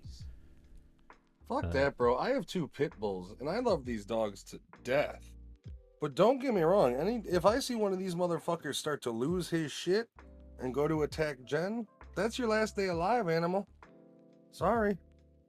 But I will. I mean, I've trained these boys, and like if I have to, I would never want to. But if I had to, if they lost their mind because they are wild animals, or that they still they're animals, they were lost their mind, man. Fucking do what you gotta. Yeah, sure. I mean, like I'm not gonna have them attack, kill me or attack my wife, or like if they went nuts, it would be a very sad day. But I'd have no choice but to snap my buddy's little neck. Put down the gun, Bubbles. Yeah, Bubbles, this isn't you. Bubbles, this is Xanax speaking. Yeah, I'm sorry, Bubbles, that I put cocaine in your food. I just want to ride the roller coasters, and you seem tired. Calm down, Michael. Give him the propofol. Yeah, I was gonna say you should have given him some of that propofol. I don't know. I was just sitting on the couch watching Murder, She Wrote, and Bubbles lost his shit. Bubbles hates Angela Lansbury. I mean, I kind of get and understand like why Michael was so crazy, like just off, and why he had his own thing, because it's like fucked him up from a childhood he couldn't go do normal shit. Yeah, like and the also, problem with being Michael Jackson is you can't just go have dinner. Not back then, at least. But then also Joe Jackson was beating the fuck out of each and every one of them. Like just fucking. One could argue that without Joe's beatings, Michael wouldn't have been who he became. I'm just saying. Oh, you're saying if he had not beaten him, he might have had a normal. He might have been a little bit more normal. Yeah, if Joe wouldn't have beat the shit out of him and abused him and used him as workhorses, you may not have had the Michael. Like you might just had a normal dude, Michael Jackson, that wasn't a singer. Just worked in Gary, Indiana's fucking factory his whole life. Spoke with a normal voice. You know the rumors? Well, there's a video that claims yeah. that he had a normal dude voice. Mm-hmm. Hey, baby. Like, there's a video where he like starts off and it was like a rehearsal or like it was at some award show, and he kind of like sounded a little normal, and then like he stops and goes right back into it. So I gotta wonder if like it was all an act. I mean, if either way wouldn't surprise the voice me. and everything. If you told me that like he suffered from such an arrested development that his voice never got there, Yeah. I'd believe it. But if you also told me that, oh no, he's faking it, he's just that deranged, he speaks like that, I would also believe that. Like that guy was that twisted. None of these things would surprise me. You'd have to imagine that Michael Jackson was the type of dude that like, even when he had people over, if they went to bed, he was immediately depressed. Yeah, no, like as soon as he had no one around him, he was like immediately fucked. Come on, Macaulay, let me get into bed with you. Right. Drink some Jesus juice. This isn't Pepsi. KG just says, "Oh Lord." Hey man. Hey KG. Where's your chimp? Yo, do the Andrew Tate. What color is your chimp? He's on Rumble now. Is he? He got banned from everywhere else, and then I guess he went over to Rumble and has a pretty good following. Well, hey, I mean, listen, if they kick you off every other platform, where are you gonna go? Truth Social. I mean, isn't that a problem in itself, though? Yeah. Because in my opinion, I don't feel he did anything that was bannable. He said some really dumb shit, but nothing. You know, he didn't say anything illicit. He may have said some things that you could consider misogynistic or sexist or even backwards thinking. But like, who cares? Like, that's not. Is it illegal? Did he break the law? That's the whole thing. Is like I could, if like we have the right as Americans, I could say whatever the fuck I want. Yeah. And exactly. so it's, in my opinion, it's overstepping of tech boundaries, because it's not like he's sending messages to people going, "Hey, you user nerditude, you're a fucking piece of shit." All he does is post content and people disagree with it, and it's like, sure, that's also your prerogative. But this idea that he, and then you have idiots like Logan Paul, who are, no man, it's hate speech. He should have been systematically banned on it. And it's just like, shut the fuck up. Shut up, dickhead. Who's asking for the only reason you're saying that is because you have to toe the line, because your slave masters of this industry have told you that you need to put that in your content. Like, none of these people are fucking free. They have to talk about what's popular. They have to watch the line on the opinions they give.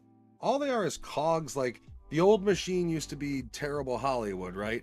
Children would be fucked in the 70s that were in movies. You have Harvey Weinstein's running the show. That used to be the old machine.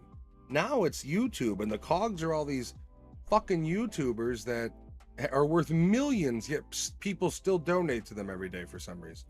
Like, don't get me wrong, I like Dr. Disrespect.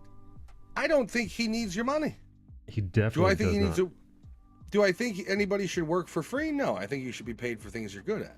So if people are going to pay you that way via subscriptions and shit, but it's just this concept of like 13-year-old kids donating to millionaires who are streamers is the same thing as like your grandfather getting scammed from a phone scam.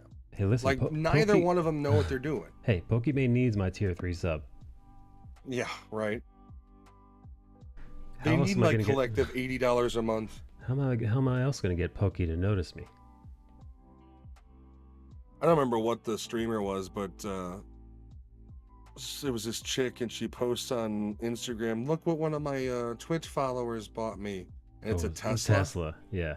And he commented underneath like, "I bought this bitch a Tesla," and she says follower, doesn't even say my fucking name. God. But that's your fault, bro. How stupid are you? No, I don't have. Like, if you gave a woman that was out, if you weren't such a fucking simp, and you gave a woman that was out and about that much attention and used that money and bought her like, you'd have a wife, but instead you give it to some e-whore. Yeah, it's one of those things where part of me does feel bad. It's like, oh, you're a sucker who just got parted from his money. And the other part of me is like, you're a fucking adult. How are you this stupid as an adult that you're falling for this shit? You know, it's almost like somebody who falls for one of those Nigerian scams. And you're just like, it sucks that you got swindled and grifted out of your money, but also, what the fuck is wrong with you? You know, it's like, it's a little victim shamey, but come on, man. I attribute that to girls. I used to work at a few bars downtown Manhattan, and every now and then, some girl would get her shit stolen, and then you'd inevitably be like, well, what happened? She's like, well, I put my phone down and I walked away to the bar to get a drink. And I'm like, all right, shut the fuck up, get away from me. You know, it's like, obviously the perpetrator of the crime is the person who's at fault. However, you also need to be very aware of where your fucking surroundings, where you are. Like, we don't live in some utopia. No. Yeah. So similar to those, it's like, you're the victim, but also you're not fucking faultless here. No, and that's the thing. I think if you're an old person and you get scammed, you're people, far more than victim than like yeah. some asshole who, after a year of donating to some e-girl, realizes he spent 40 grand on her. Is like, that's your fault, bro. Yeah, no, that's your fucking stupid. That's like, your fucking parents that raised you, right? Yeah, the fact that you're doing this and you don't have a real relationship, like, that's your fault. You're a fucking bum. I don't care if you even make good money. If you're just some like dude in his 40s fucking alone but sims to e-girls, then that's your way you get fucking attention? Nah, bro. That's weird. Hey, Virtuoso, thank you for the follow. Yoji says, that's probably the Tesla she gave away. You think they are the same people whose kink is being spat upon? No, actually, I don't.